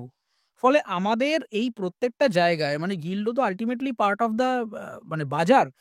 এই বাজারটা যেভাবে তৈরি হচ্ছে সেইটা করবার জন্য যে যে প্রশিক্ষণ দরকার সেই প্রশিক্ষণ নেই। আজকে যে ধরনের লোকগুলো বিভিন্ন পেশায় আসছে, ধরো লাইট থেকে শুরু করে প্রোডাকশন ডিজাইন থেকে শুরু করে, ফর এক্সাম্পল আমাদের প্রোডাকশন ডিজাইন তো বিভিন্ন আর্ট কলেজে শেখানো উচিত, অধিকাংশ আর্ট কলেজে নেই। খুব মানে হাতে গোনা কয়েকটা জায়গা আছে যেখানে প্রপার ফিল্মে প্রোডাকশন ডিজাইন, সেট ডিজাইন বা থিয়েটার ডিজাইন শেখানো হয়। সে হয়তো খুব মানে ইউজিসি র্যাঙ্ক হাইলি মানে ন্যাক এ গ্রেডেড ইউনিভার্সিটি ছাড়া সেগুলো পাওয়া যাবে না। কেন সেগুলোর ইনস্টিটিউট নেই? সাউন্ড রেকর্ডিং বা মিক্সিং এগুলো পড়ানোর জন্য কেন ছোট ছোট আর 5টা ইনস্টিটিউট তৈরি হচ্ছে না, যেখানে মানে সার্টিফাইড ছেলে মেয়ে তৈরি হবে যারা এগুলো নিয়ে শিখবে? এই জায়গাগুলো, প্রায়োগিক কৌশলগুলো যদি না জানে তাহলে আমার জেনারেশন গ্যাপটা থেকে যাবে। এখন যেটা তৈরি হয়েছে সেটা হচ্ছে লোকজনের ডিগ্রি আছে, সার্টিফিকেট আছে, তারা বলছে আমার এই ডিগ্রি আছে, আমার অমুক ব্যাচেলার ইন ফিল্ম বা মিডিয়া সায়েন্স আছে। তাকে যখন আমি মিডিয়া নিয়ে 5টা প্রশ্ন করছি সে বলতে পারছে না এবং তখন আমাকে বাদ দিয়ে দিতে হচ্ছে। আমি প্রায় 5 থেকে 6টা স্টার্ট আপের সাথে কলকাতায় কাজ করি যারা কোর মিডিয়ার লোক। এবং সেখানে অদ্ভুত, মানে আমি তোমাকে বলতে পারি এই আরজি কর রিলেটেড একটা ম্যাটার নিয়ে এটি ইনভেস্টিগেটিভ জার্নালিজমের একটা প্রজেক্ট হচ্ছে, ঠিক আছে, ভালো কথা। ইনভেস্টিগেটিভ জার্নালিজম সম্পর্কে সেই জার্নালিস্ট তিনি জানেনই না যিনি এসছেন। তিনি রীতিমতো পুলিশ স্টেশনে গিয়ে রীতিমতো একেবারে ফিল্ড রিপোর্টারদের মতো বলছেন, আমি অমুক চ্যানেল থেকে এসেছি, বলুন কিভাবে এ করবো। আরে তোমার বলবে না কি তাহলে? ইনভেস্টিগেটিভ জার্নালিজমের ট্রেনিংটাই নেই। সে ফিল্ড রিপোর্টিং থেকে চলে এসছে, তাকে চ্যানেল থেকে বাদ দিয়ে দেওয়া হলো। তার কারণ হচ্ছে যে এই ইনভেস্টিগেটিভ জার্নালিজমটা কি, কিভাবে কাজ করে, কিভাবে এই তথ্যগুলো বের করে আনতে হবে সেই প্রশিক্ষণ তার নেই। সে টিভিতে দেখেছে রিপোর্টার মানেই একেবারে চিৎকার চেঁচামেচি করে ফিল্ড থেকে নিয়ে আসতে হয়, ও ওই রিপোর্টিং এর নলেজটাকে ইনভেস্টিগেটিভ রিপোর্টিং এর মধ্যে ঢুকিয়ে দিয়েছে এবং সে নিজের আইডেন্টিটি ডিসক্লোজ করে পুরো একটা জগা খিচুড়ি পাকিয়ে প্রজেক্টটাকে ডুবিয়ে দিল। কারণ এইগুলো তো শেখানো, এই জিনিসপত্রগুলো তো শেখাতে হবে ছেলে মেয়েদের। আমরা এই যে বড় অঙ্কের পপুলেশন ইউথ তৈরি হয়েছে যারা এখন রেজিস্ট করছে সিস্টেমটাকে, যারাই একটু বাইরের জিনিসপত্র নিয়ে, মানে সত্যি তো একটা ডিএসএলআর নিয়ে আমি যদি নেমে পড়ি, আমি রিসেন্টলি একাধিক ডকুমেন্টারি করলাম যেটা আইফোনে শ্যুট করা। আমি বিভিন্ন ফিল্ম ফেস্টিভ্যালে সেই ছবি নিয়ে গেলাম, কেরালাতেও সেই ছবি দেখানো হলো, আইফোনে শ্যুট করা। এবার একটা আইফোন নিয়ে করতে গেলে আমার তো ট্রলি লাগবে না, আমি কেন নেব? তার থেকে তুমি এরকম কিছু লোকজন তৈরি করো যারা আইফোন স্পেশালিস্ট, তাহলেই তো আমার তাকে দরকার পড়ে। আমার বাজারটা যেরকম ভাবে তৈরি হচ্ছে, আমার ডিমান্ড যেরকম ভাবে হচ্ছে, আমাকে স্কিল সেইভাবে দিতে হবে। আমি দীর্ঘদিন সাজেস্ট করেছি বাংলার গিল্ডকে যে আপনারা পশ্চিমের অন্যান্য শহর যেখানে অ্যাডভান্স লেভেল ফিল্ম মেকিং হচ্ছে তাদের সাথে একটা এক্সচেঞ্জ প্রোগ্রাম করার না কেন? যে বম্বেতে বা চেন্নাইতে বা কেরালাতে এই ধরনের ফিল্ম টেকনোলজি এসছে, যেখান থেকে লোকজন এসে এখানে শেখালো টেকনিশিয়ানদের, আচ্ছা এইটা হচ্ছে এরকম ব্যাপার, এইভাবে হয়। আবার আমার এখান থেকে নতুন কিছু ইনোভেট করলে আমরা সেখানে নিয়ে গেলাম, তাহলে তো একটা কালচারাল এক্সচেঞ্জ হয়। এই নলেজটা এক্সচেঞ্জ না করলে আমরা এখনো সেই সাবেকি আমলে, যেগুলো নিয়ে দর্শকও কমপ্লেন করে, তার কারণ আমরা ভাবি দর্শক কিছু বোঝে না। দর্শক যথেষ্ট বোঝে। দর্শক দেখে যে একই সিরিয়ালের সোফা পরের দিন ওই সিরিয়ালে আবার দেখানো হচ্ছে। এইগুলো নিয়ে, মানে এই কিছুদিন আগে দেখবে একটা বাঘ কোন একটা সিরিয়ালের প্রোমোতে দেখানো হয়েছে, সেটা নিয়ে খুব ট্রোলড হচ্ছে। আজকে ভিএফএক্স যে জায়গায় চলে গেছে, যেখানে আনরিয়াল ইঞ্জিন ফিঞ্জিন দিয়ে সাধারণ ইউটিউব চ্যানেল তারা দুর্ধর্ষ কাজকর্ম করছেন, হয়তো তার 100-500 সাবস্ক্রাইবার, কিন্তু দুর্ধর্ষ কাজ করছেন, এরকম প্রচুর। এবার তাহলে সেই দুনিয়া যেখানে পৌঁছে গেছে, ওখানে তুমি একটা ওইরকম জঘন্য বাঘ এনে তুমি লোককে বিশ্বাস করাতে বলছো, তা লোকে তো বিশ্বাস করবে না, উল্টে হাসাহাসি করছে। এটা যেটা হচ্ছে তার কারণ হচ্ছে স্কিলের অভাব, এবং মানে বাজেট সেই অনুপাতে আসছে না। আর বাজেট যেহেতু চেপে গেছে, আরেকটা বড় সমস্যা হয়ে গেছে, সেটা হচ্ছে প্রপার ফিল্মের ইনভেস্টার আসছে না।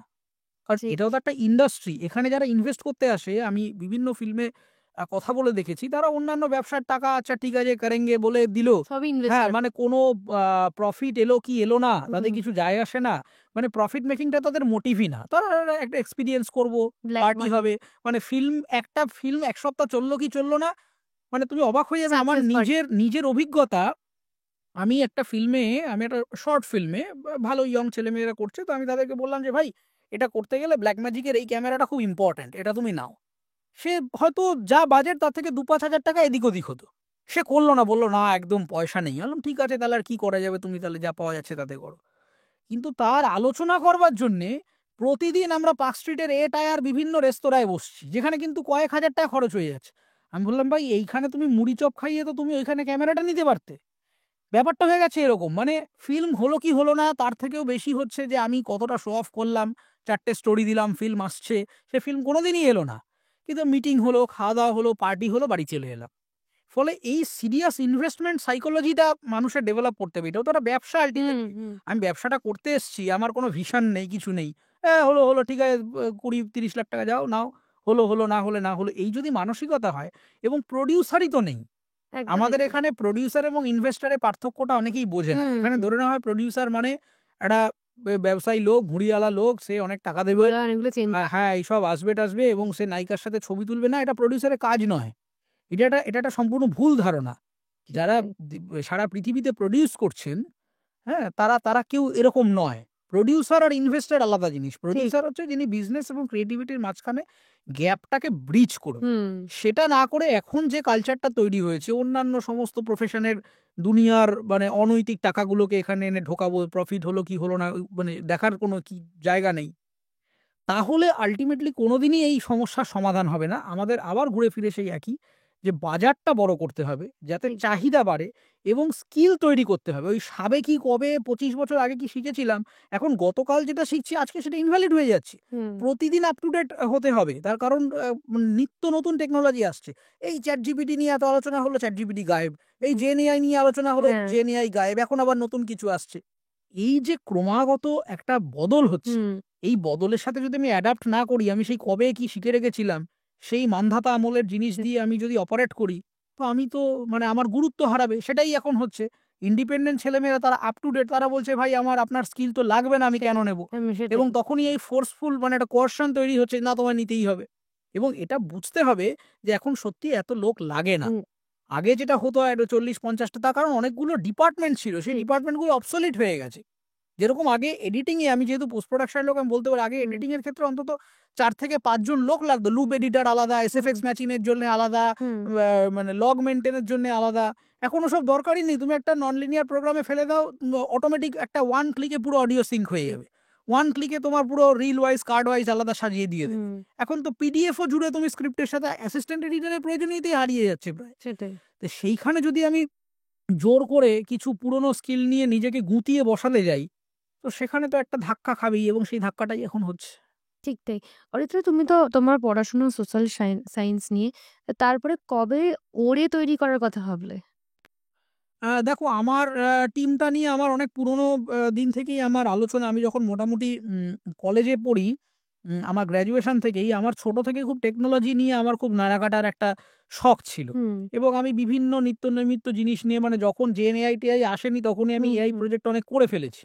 এবং তার ফলে আমার একটা বৃহৎ বৃত্তের সাথে যোগাযোগ হয়ে গেছিল। এরকম অনেক বড় বড় আমেরিকান কনসাল্টিং ফার্ম, এবং গতকাল আমার কাছে একটা মেল এলো যে তারা এরকম বিভিন্ন রিসার্চ প্রজেক্ট করতো, আমাকে তখন ডাকতো যে মিডিয়ার দিকটা নিয়ে চর্চা করবার জন্যে। মানে তারা টেকনোলজিটা দেখবে, আমি মিডিয়ার ব্যাপারটা দেখবো। তার মানে ইঞ্জিনিয়ারিং এবং ক্রিয়েটিভিটি দুটোকে মিলিয়ে বিভিন্ন প্রজেক্ট হতো। তো সেরকম প্রজেক্ট করতে করতে আমার একটা বড় বৃত্ত তৈরি হয়, যেখানে আমি দেশ বিদেশের বিভিন্ন লোকের সাথে মেলামেশা শুরু করি। এবং তখন করতে গিয়ে যেগুলো আজকে এখানে শুরু হয়েছে, এই যে political media, optics management, image management, এইগুলো আমি অন্তত আমার ফার্স্ট ইয়ারে 2016-17 সালেই আমি জানি যে এইগুলো আমেরিকায় তখন চুটিয়ে চলছে। এগুলো এখন নতুন এসছে ভারতবর্ষে। এগুলো আমি দেখে ফেলেছিলাম, এবং যারা করতো তাদের সাথেও আমার একটা যোগাযোগ তৈরি হয়ে গেছিল।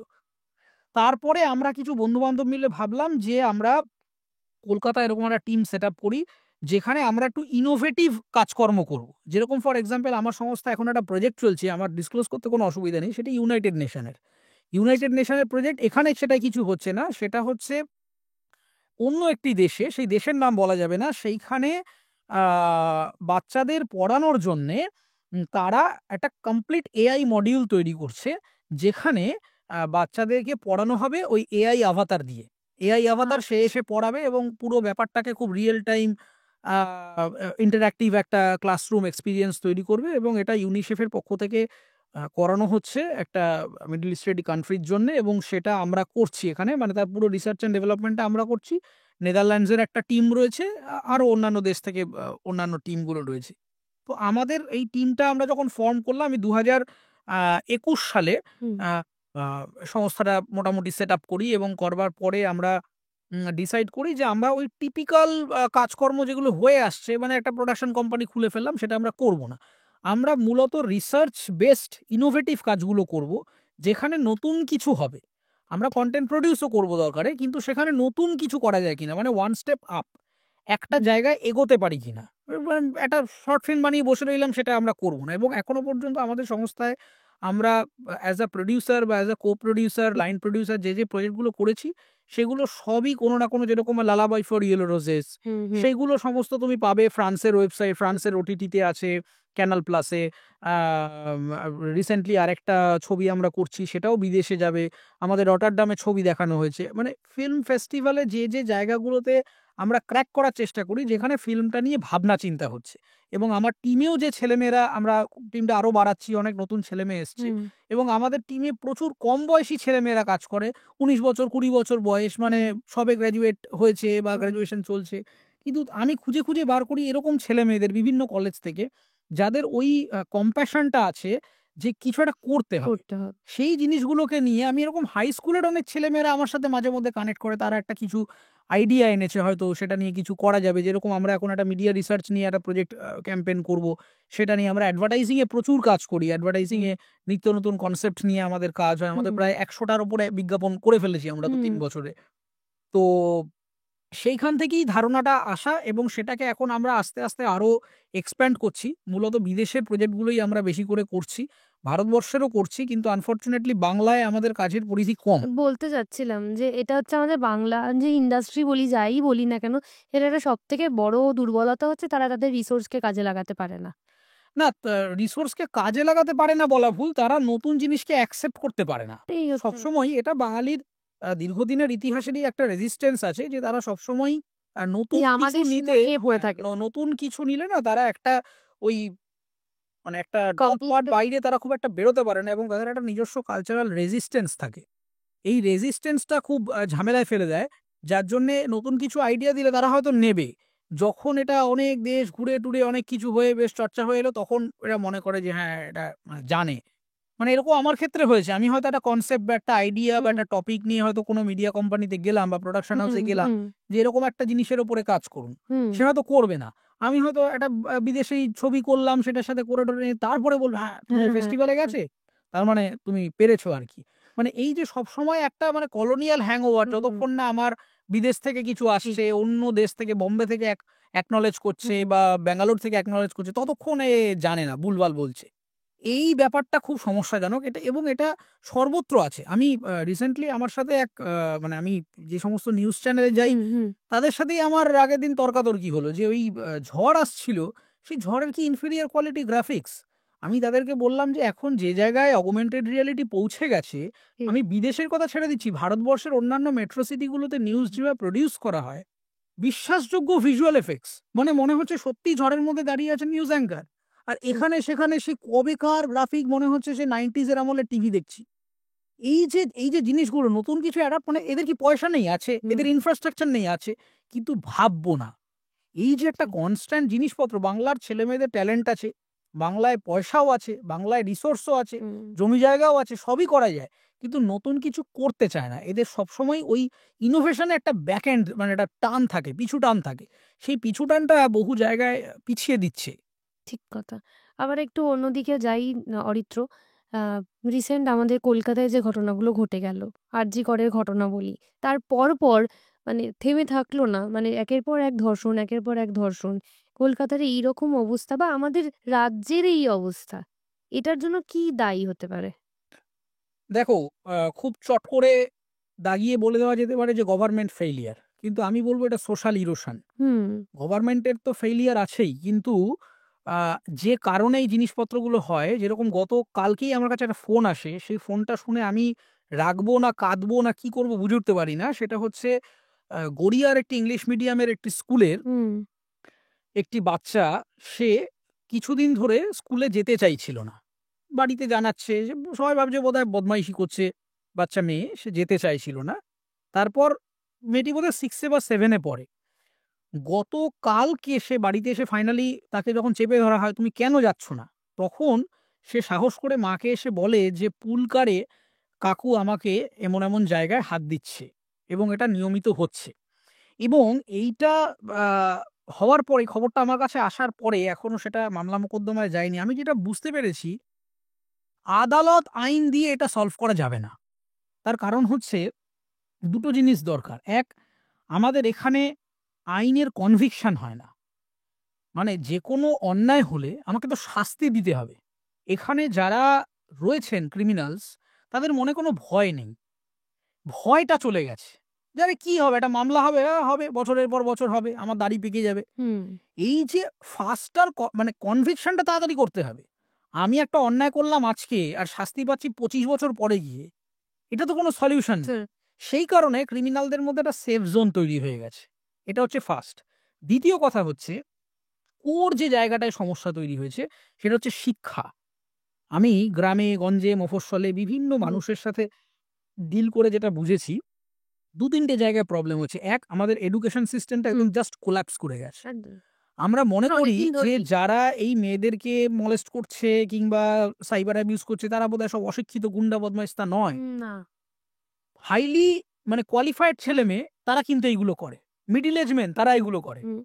তার কারণটা হচ্ছে যে নীতি শিক্ষাটা নেই এবং ভয় নেই, এবং এবং কোনো কিছু হলেই একটা ভিকটিম ব্লেমিং এর গল্প থাকে। কোনো জিনিসকে দেখো তুমি সারা পৃথিবীতে সিসিটিভি ছড়িয়ে দিয়ে এটা কোনো সমাধান হবে না, সমাধানটা করতে হবে। এটা একটা খুব ইন্টারেস্টিং কথা আমার বিজ্ঞাপনের একজন কপিরাইটার লিখেছিলেন, খুব আমার এখনো মনে আছে।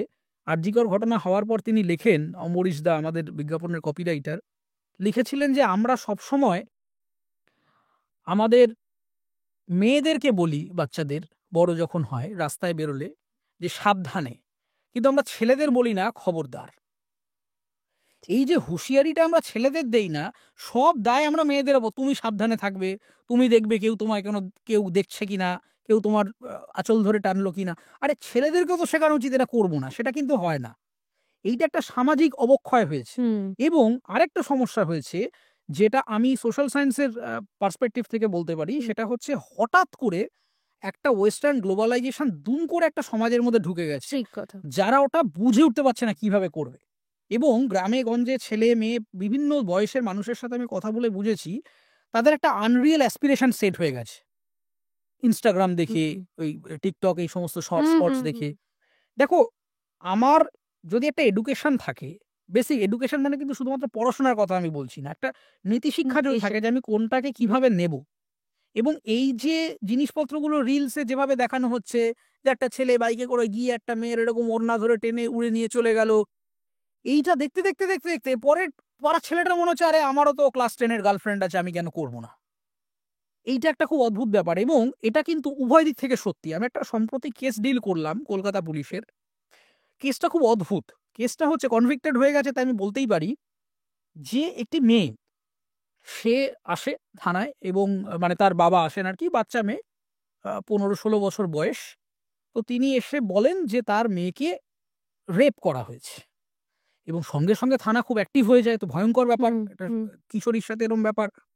তো কিশোরীকে জিজ্ঞাসাবাদ করা হয়, তো তিনি বলেন যে তার উল্টো দিকের ওই এলাকায় একটি রাজমিস্ত্রি কাজে এসেছেন, তিনি এটা করেছেন। এবং যেহেতু পক্সো ধারার মামলা, মানে উইদিন 24 আওয়ার্স পুলিশ সঙ্গে সঙ্গে খুঁজে একে গ্রেফতার করে এবং মানে আদালতে পেশ করা হবে এরকম জায়গায় চলে আসে। কিন্তু ইন্টারেস্টিংলি পুলিশ যখন তদন্ত করতে যায়, একটা অদ্ভুত চিত্র সামনে আসে। মেয়েটিকে জিজ্ঞাসাবাদ করে আরো যখন তদন্তটা আরো আনফোল্ড হচ্ছে, দেখা যাচ্ছে মেয়েটি কমপ্লিটলি মিথ্যে কথা বলেছে, কিশোরী। এবং এই রাজমিস্ত্রি আসলে কোনোদিন তার বাড়িতে যায়নি, এবং এই রাজমিস্ত্রির সাথে কোনো সম্পর্কও নেই। ঘটনা হচ্ছে তাহলে কেন বলল? পরবর্তী ক্ষেত্রে জানা যায় যে এই মেয়েটি একা থাকেন, বড় লোক বাড়ির, মানে বেশ উচ্চবিত্ত বাড়ির মেয়ে, 4 তলা বাড়ি, ওপরের তলায় মা বাবা থাকেন, নিচের তলায় বাচ্চাটি থাকে, তার নিচের ফ্লোরে দিদা থাকেন, বাচ্চাটি মোরলেস একাই থাকেন। এবং অধিকাংশ ক্ষেত্রে এই মেয়েটি যেটা হয়েছে, যে প্যারেন্টাল গাইডেন্স না থাকার জন্য এক্সট্রিমলি ইন্টারনেট অ্যাডিক্টেড হয়ে পড়েছে, এবং সেখান থেকে পর্নোগ্রাফিক কন্টেন্টের প্রতি তার একটা আকর্ষণ জন্মেছে। এবং তার একটি বয়ফ্রেন্ড আছে, এবং মাঝে মধ্যে সে বয়ফ্রেন্ড সহ তার অন্যান্য বয়ফ্রেন্ডের যারা বন্ধু তাদেরকে ডেকে এনে সে গ্রুপ সেক্স করে। এবং এটা সে করে এবং দীর্ঘদিন ধরে করছে, এবং তার অদ্ভুত একটা সাইকোলজিক্যাল ইস্যু হয়ে গেছে। সে এখন দেখতে চায় যে রেপড হলে সমাজ কিভাবে তাকে নেয়, এবং সেজন্যে সে কমপ্লিটলি একটা ন্যারেটিভ সেট করেছে যে এরকম একটা আমাকে রেপ করা হয়েছে। এবং সে দেখতে চায় তার 16 বছর, 15-16 বছর বয়স এক্স্যাক্টলি। এবং পরে তাকে এতে পাঠানো হয়েছিল কারেকশন সেলে, সেখানেও তার খুব অদ্ভুত বিহেভিয়ার। এবং এটার মূল কারণ হচ্ছে যে আমাদের প্যারেন্টিং এর সমস্যা তৈরি হয়ে গেছে, যে বাচ্চাদের মনে কিন্তু বিভিন্ন রকম এই ধরনের যিনি ইন্টারনেট দেখে প্রশ্নগুলো আসবেই, এগুলো এটা তাদের দোষ নয়, কিন্তু তাকে তো গাইড করতে হবে। অধিকাংশ ছেলে মেয়ে এখন ভীষণ একা। আমি বিভিন্ন স্কুলে পড়াতে যাই, তো আমি বেশিরভাগ বাচ্চারাই একা, কারণ তাদের মা বাবা দুজনেই ওয়ার্কিং। না, ওয়ার্কিংটা কোনো সমস্যা নয়। দেখো, সে ওয়ার্কিং এর সাথে কোনো সমস্যা নেই। আমি কাজ করে এলাম 7টা 7:30 ফিরলাম, ফিরে তো আমি যদি 1 ঘন্টাও আমার ছেলে মেয়ের সাথে একটু বসি, এসেই মোবাইল নিয়ে সকলে মিলে বসে না পড়ে যদি একটু 1 ঘন্টাও সময় দিই আমি আমার সন্তান দেখো, আচ্ছা ওর স্কুলে কি হলো, কি গসিপ আছে।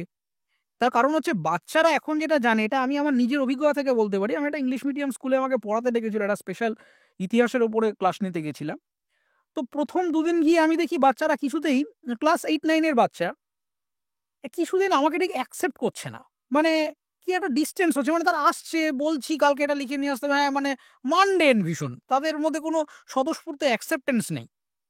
তো আমি তারপরে বুঝলাম যে কেন অ্যাকসেপ্ট করছে না। তার কারণ হচ্ছে আমি আমার 25-26 বছরের নজর দিয়ে আমি বাচ্চাদের দেখছি, আমাকে ওদের বয়সে নামতে হবে।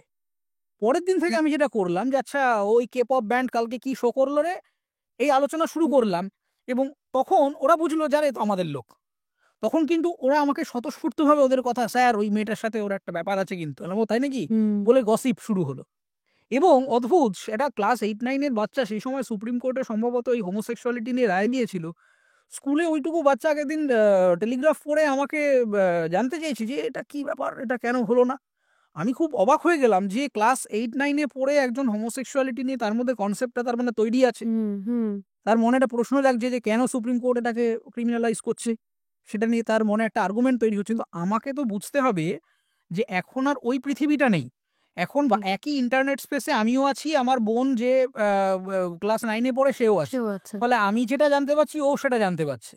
তো সেই কারণে আমাকে কোনটা ঠিক কোনটা ভুল প্যারেন্ট হিসাবে, অভিভাবক হিসাবে, বড় হিসাবে ওকে বোঝাতে হবে যাতে ওর প্রিন্সিপালটা তৈরি হয়। আমি যদি ওকে কমপ্লিটলি ছেড়ে দিই, ও নিজের মতো একটা কমফোর্ট জোন তৈরি করে নেবে। কারণ এইটা ভাবে আটকানো যাবে না যে না তুমি মোবাইল দেখবে না, তুমি ইন্টারনেট দেখবে না, তুমি গেম খেলবে না। এইটা যদি করি তাহলে কিন্তু ওর অন্যরকম রেজিস্ট্যান্স হয়ে যাবে, ও এলিয়েনেটেড হয়ে যাবে, ও আমাকে আরো মানে বহিরাগত ভাবতে আরম্ভ করবে। তার কারণ ও স্কুলে যাবে, ও ছেলে মেয়েদের থেকে শুনবে ওই অমুক পপ ব্যান্ড এটা কি করেছে, আচ্ছা বিদেশে ওইটা হলো। তো আমাকে ও যেটা শিখলো সেটার ভালো মন্দটা বোঝাতে হবে, যেটা এই মেয়েটির ক্ষেত্রে হয়েছিল। এই যেহেতু কমপ্লিটলি একা হয়ে পড়েছে এবং তার মানে কতখানি সাইকোলজিক্যাল ইরোশন, মানে শুধুমাত্র যে ছেলেরাই এটা করছে এটাই ধারণাটা ভুল। এটা কিন্তু ছেলে মেয়ে মানে কিশোর এবং কিশোরী উভয়ের মধ্যে একটা নৈতিক অবক্ষয় হয়েছে। তার কারণ হচ্ছে আমরা তাদেরকে শেখাতে পারছি না, আমাদের এডুকেশন সিস্টেমটাই গন্ডগোল হয়ে গেছে। মা বাবা কিংবা আমার যে পিয়ার গ্রুপ, এদের মধ্যে আমাদেরকে ঢুকে ওদের মধ্যে দিয়ে আমাদেরকে ওদের মতো করে বোঝাতে হবে যে হ্যাঁ এটা ঠিক এটা ভুল। হ্যাঁ, এই প্রসঙ্গে আমি একটা কথা বলি। মানে যেদিকে আমাদের সামাজিক অবক্ষয় এগোচ্ছে, সেখানে তুমি এডুকেশন সিস্টেমের কথা বললে। তো আমাদের স্কুল বা যে পরিবেশে মানে বাচ্চারা বড় হচ্ছে বা শিক্ষাক্ষেত্রে যাচ্ছে, সেখানে সেক্স এডুকেশনটা কতটা প্রয়োজন বা কিভাবে তাদেরকে এডুকেট করা উচিত? যেখানে মানে এখন যে বিষয়টা সেক্স এডুকেশন বা পর্নোগ্রাফি, এটা এত কৌতূহলের জায়গায় মানে গিয়েছে আরকি। একটা সাধারণ ব্যাপার, সেটা তো বোঝাতে হবে। এটা যে আমরা নন্দিনীদির সাথে একটু আগেই কথা হলো যে এই বিষয়টা একটা অতি একটা বিষয়ে মানে পরিণত হয়েছে। যেহেতু এটা বাবা-মার কারণেই এভয়েড করে যাওয়া, সেটাকে লুকিয়ে রাখা, সেটার প্রপার এডুকেশন কি হতে পারে যাতে এগুলো কমতে পারে? মানে এখন জেনারেশন যারা বড় হচ্ছে। দেখো এটার অবশ্যই সেক্স এডুকেশনটা স্কুল লেভেল থেকে ইম্পর্ট্যান্ট। এই নিয়ে সম্প্রতি সুপ্রিম কোর্ট একটি পক্সো কেসে এটা নিয়ে বলেওছে যে বিভিন্ন গভর্নমেন্ট এজেন্সিকে এই নিয়ে ইনভলভ হতে হবে এবং এটা শুধুমাত্র লিখে দিলাম একটা অর্ডার কপিতে তাতেই হবে না। এটা government agency, non government organisation সবাইকে মিলে এটা। আর আমাদের একটা অদ্ভুত ধারণা হয়ে গেছে বেশিরভাগ ক্ষেত্রেই যারা মানে আমরা সামাজিক ইয়ে নিয়ে কথা বলছি অ্যাওয়্যার, আমরা না শহরের বাইরে ভাবি কম। কোনো কিছু হলেই যেরকম ধরো ফর এক্সাম্পল কলকাতার একটা ঘটনা হয়েছে বলে আমরা কিন্তু কত লড়াই করলাম। একদম ঠিক। গাইঘাটার ক্লাস 10 মেয়েটিরও তো রেপ হয়েছে এবং সে সুইসাইড করতে গেছে। নন্দীগ্রামেও তো এই ঘটনাটা ঘটেছে, কোচবিহারেও তো এই ঘটনাটা ঘটেছে, মণিপুরেও হয়েছে। মুশকিলটা হচ্ছে যে আমাদের সবসময় মানে মেট্রো সিটির বাইরে কিছু হচ্ছে না বলে সেটা আর আমরা আলোচনার মধ্যে আনছি না। আমাদের কিন্তু একদম বটম লাইন থেকে তৈরি করতে হবে। কারণ কলকাতা শহরে বসে ঠান্ডা ঘরে বলে দেওয়া যায় হ্যাঁ হ্যাঁ এটা তো করে দেওয়া যাবে, কিন্তু গ্রামে গঞ্জে একটা মানে বাচ্চাকে ট্রেন করার থেকেও কঠিন হচ্ছে তার মা বাবাকে ট্রেন করা। তার কারণ প্রত্যেকটা কমিউনিটির নিজস্ব কিছু কাস্টমস আছে, তাদের একটা নিজস্ব পেডিগ্রি আছে এবং তাদের একটা নিজস্ব রেজিস্ট্যান্স থাকবে। তো সেই রেজিস্ট্যান্সটাকে ভেঙে আমাকে যদি তাকে উন্মুক্ত করতে হয়, একটা নতুন পরিবেশে ফিট ইন করাতে হয় এবং তাদের মধ্যে এই পরিবেশটাকে তৈরি করাতে হয়। যেরকম এখনো মানে আমাদের বাংলাতেই যদি আমি বলি, তুমি ল্যান্ডসেটের লেটেস্ট ডেটাটা দেখবে, সেখানে কিন্তু বলা হয়েছে যে এখনো পণ প্রথায় আমরা কিন্তু ক্রমাগত আমাদের বাড়ন্ত এবং এখনো কিন্তু চাইল্ড ম্যারেজে আমাদের বেশ একটা বড় সমস্যা রয়েছে। এবার তার মানেটা কি? ধরো তার জন্য মেয়েদের জন্য গভর্নমেন্টের প্রচুর প্রজেক্ট আছে, ধরো কন্যাশ্রী আছে, অন্যান্য প্রজেক্ট আছে, প্রচুর আছে এডুকেশন। তার মানেটা কি? যে এই প্রজেক্টগুলো সারফেস লেভেলে আছে, রুট কজগুলো সলভ করতে পারছে না। তার জন্য গভর্নমেন্টকে সার্ভেটা আরো ইন্ট্রিকেট করে করতে হবে, এবং এই পরিষেবাগুলো যখন পাবলিক অ্যাডমিনিস্ট্রেশন যাচ্ছে সেটা একদম কোর প্রবলেমগুলো সলভ করতে পারছে কিনা সেই দিকটা দেখতে হবে। এখন যেটা হয় সমগ্র দেশে সেটা হচ্ছে সমস্ত পলিসি একটা কোর প্রিন্সিপাল মেলে চলে, সেটা হচ্ছে ভোটার প্রোফাইলিং। যে কোনো পলিসি যখন লঞ্চ করা হয় তারা যে সার্ভে করে সমস্ত কিছু করে, তাই দর্শনটা হচ্ছে আমি এই গ্রুপের জন্য এই পলিসিটা দিলাম, তাহলে এখান থেকে আমার এত% ভোট রিফ্লেক্টেড হবে। সোশ্যাল রিফরমেশন করাটা এদের উদ্দেশ্য থাকে না, এবং অধিকাংশ দলই যে কোনো পলিটিক্যাল পার্টি তারা কিন্তু ভোটের বাইরে লঙ্গার রান কিছু ভাবে না। মানে আমি যদি বাংলাতেই বলি, বাংলাতে এখন রুলিং ডিসপেন্সেশন যে আছে অথবা অপোজিশনে যারা রয়েছে, তুমি কাউকেই জিজ্ঞাসা করে খুব কম্প্রিহেন্সিভ আনসার পাবে না যে 10 বছর বাদে আপনি বাংলাকে ঠিক কি জায়গায় দেখতে চাইছেন। এটা আজগুবি কথা বলবে যে উন্নয়ন করে দেবো। আরে উন্নয়নের ডেফিনেশনটা কি? উন্নয়নের তো কোনো মানে খায় না মাথায় দেয় কেউ জানে না উন্নয়নটা কি, সেটার কোনো কোয়ান্টিটেটিভ মেজারমেন্ট কিন্তু এরা দিতে পারবে না। তার কারণ হচ্ছে যে কোনো প্রজেক্ট করে দিলাম শুধু ভোটার প্রোফাইলিং এর জন্য, ভোটে রিফ্লেক্ট হয়ে গেল, খাতা বন্ধ হয়ে গেল, তারপরে তার এক্সাক্ট কি হচ্ছে, তার আফটার ম্যাথটা কি, সেটা কেউ জানে না। ইনফ্যাক্ট আমি মানে বিভিন্ন পলিটিক্যাল কনসাল্টিং এজেন্সির সাথেও কাজ করার সুযোগ হয়েছিল, আমি তাদের কাজেও দেখেছি বড় ত্রুটি রয়েছে। তারাও এর বাইরে এই থিঙ্ক ট্যাঙ্কগুলো অপারেট করে না। আমেরিকায় যারা ধরো থিঙ্ক ট্যাঙ্ক রয়েছে, অডিট এজেন্সি রয়েছে, ব্ল্যাক রক থেকে শুরু করে এই ধরনের ম্যাকিনসি, তারা যখন কাজ করে, তারা যখন কোনো পলিসি লেভেল ডিসিশন দেয় কোনো গভর্নমেন্টকে দিক বা অন্য কোনো অর্গানাইজেশনকে দিক, তারা একটা 20 ইয়ার্স প্ল্যান দিয়ে দেবে যে এই প্রজেক্টটা এখানে তৈরি হলে এর 20 বছর বাদে কি রিফ্লেকশন হতে পারে। মানে তারা কিন্তু সোশ্যাল রিফরমেশনটা এইভাবে ভাবে যে আজকে এটা করলাম 10 বছর বাদে এটা কিভাবে রিফ্লেক্টেড হবে। আর এখানে কি হচ্ছে ইমিডিয়েট, এই বাই ইলেকশন হয়ে গেল, আচ্ছা তারপর পঞ্চায়েত কি হলো, তারপরে আবার মিউনিসিপ্যালিটি কি হলো। ফলে এই আমার ফারসাইটেডনেসটাই যদি না থাকে পলিসি মেকারদের, তাহলে কোনোদিন এই সমস্যার সমাধান করা যাবে না। সবকিছু আইন আদালত দিয়ে হয় না। এই যে আজকে এত মানে মেয়েদের উপর অ্যাট্রোসিটিস বাড়ছে, এই মানে ছেলেদের এই বারবারন্ত ছেলে মেয়ে উভয় ধরনের হচ্ছে এখন, হ্যাঁ সে প্রচুর পরিমাণে হচ্ছে।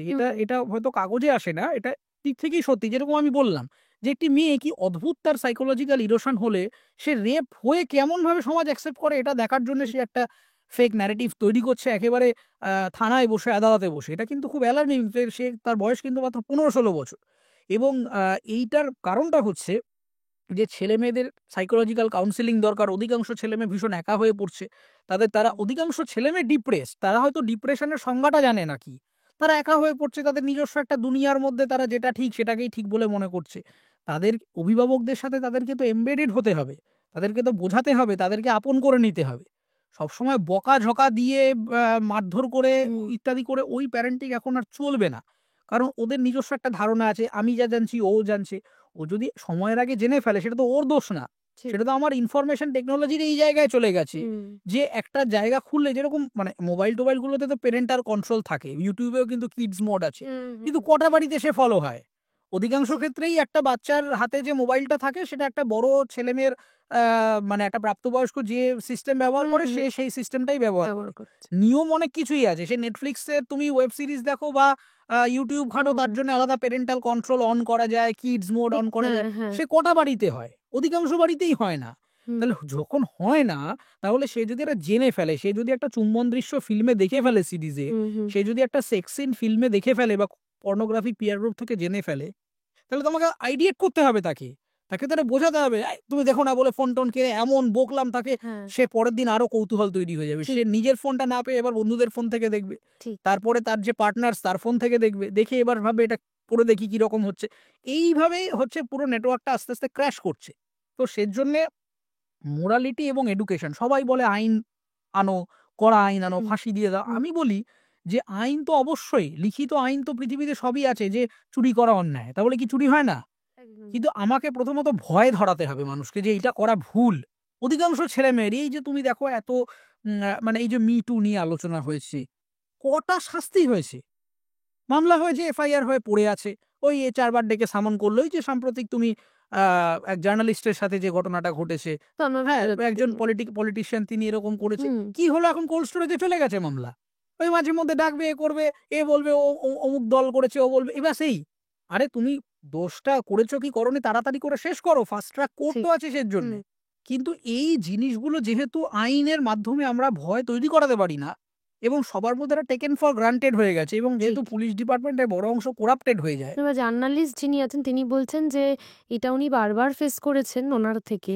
এটা শুধু উনি নয়, তুমি অধিকাংশ ফিল্ড রিপোর্টারদের জিজ্ঞাসা করলে তাদের ভয়ঙ্কর কাহিনী শুনলে তোমার মানে মাথা গরম হয়ে যাবে যে তারা কি কি ভয়ঙ্কর পরিস্থিতির মধ্যে দিয়ে যান। আমি তো আগের দিন ফেসবুকে লিখেছিলাম যে মেয়েরা যদি প্রত্যেকটা ব্যাড টাচ নিয়ে লিখিত কমপ্লেন করতে আরম্ভ করে তাহলে মানে বিচারপতির সংখ্যা জনসংখ্যার থেকে বেশি হতে হবে। কারণ ট্রামে, বাসে, ট্রেনে প্রতিদিন যা যা ঘটনা হয়, তুমি কটা লিখিত অভিযোগ করবে?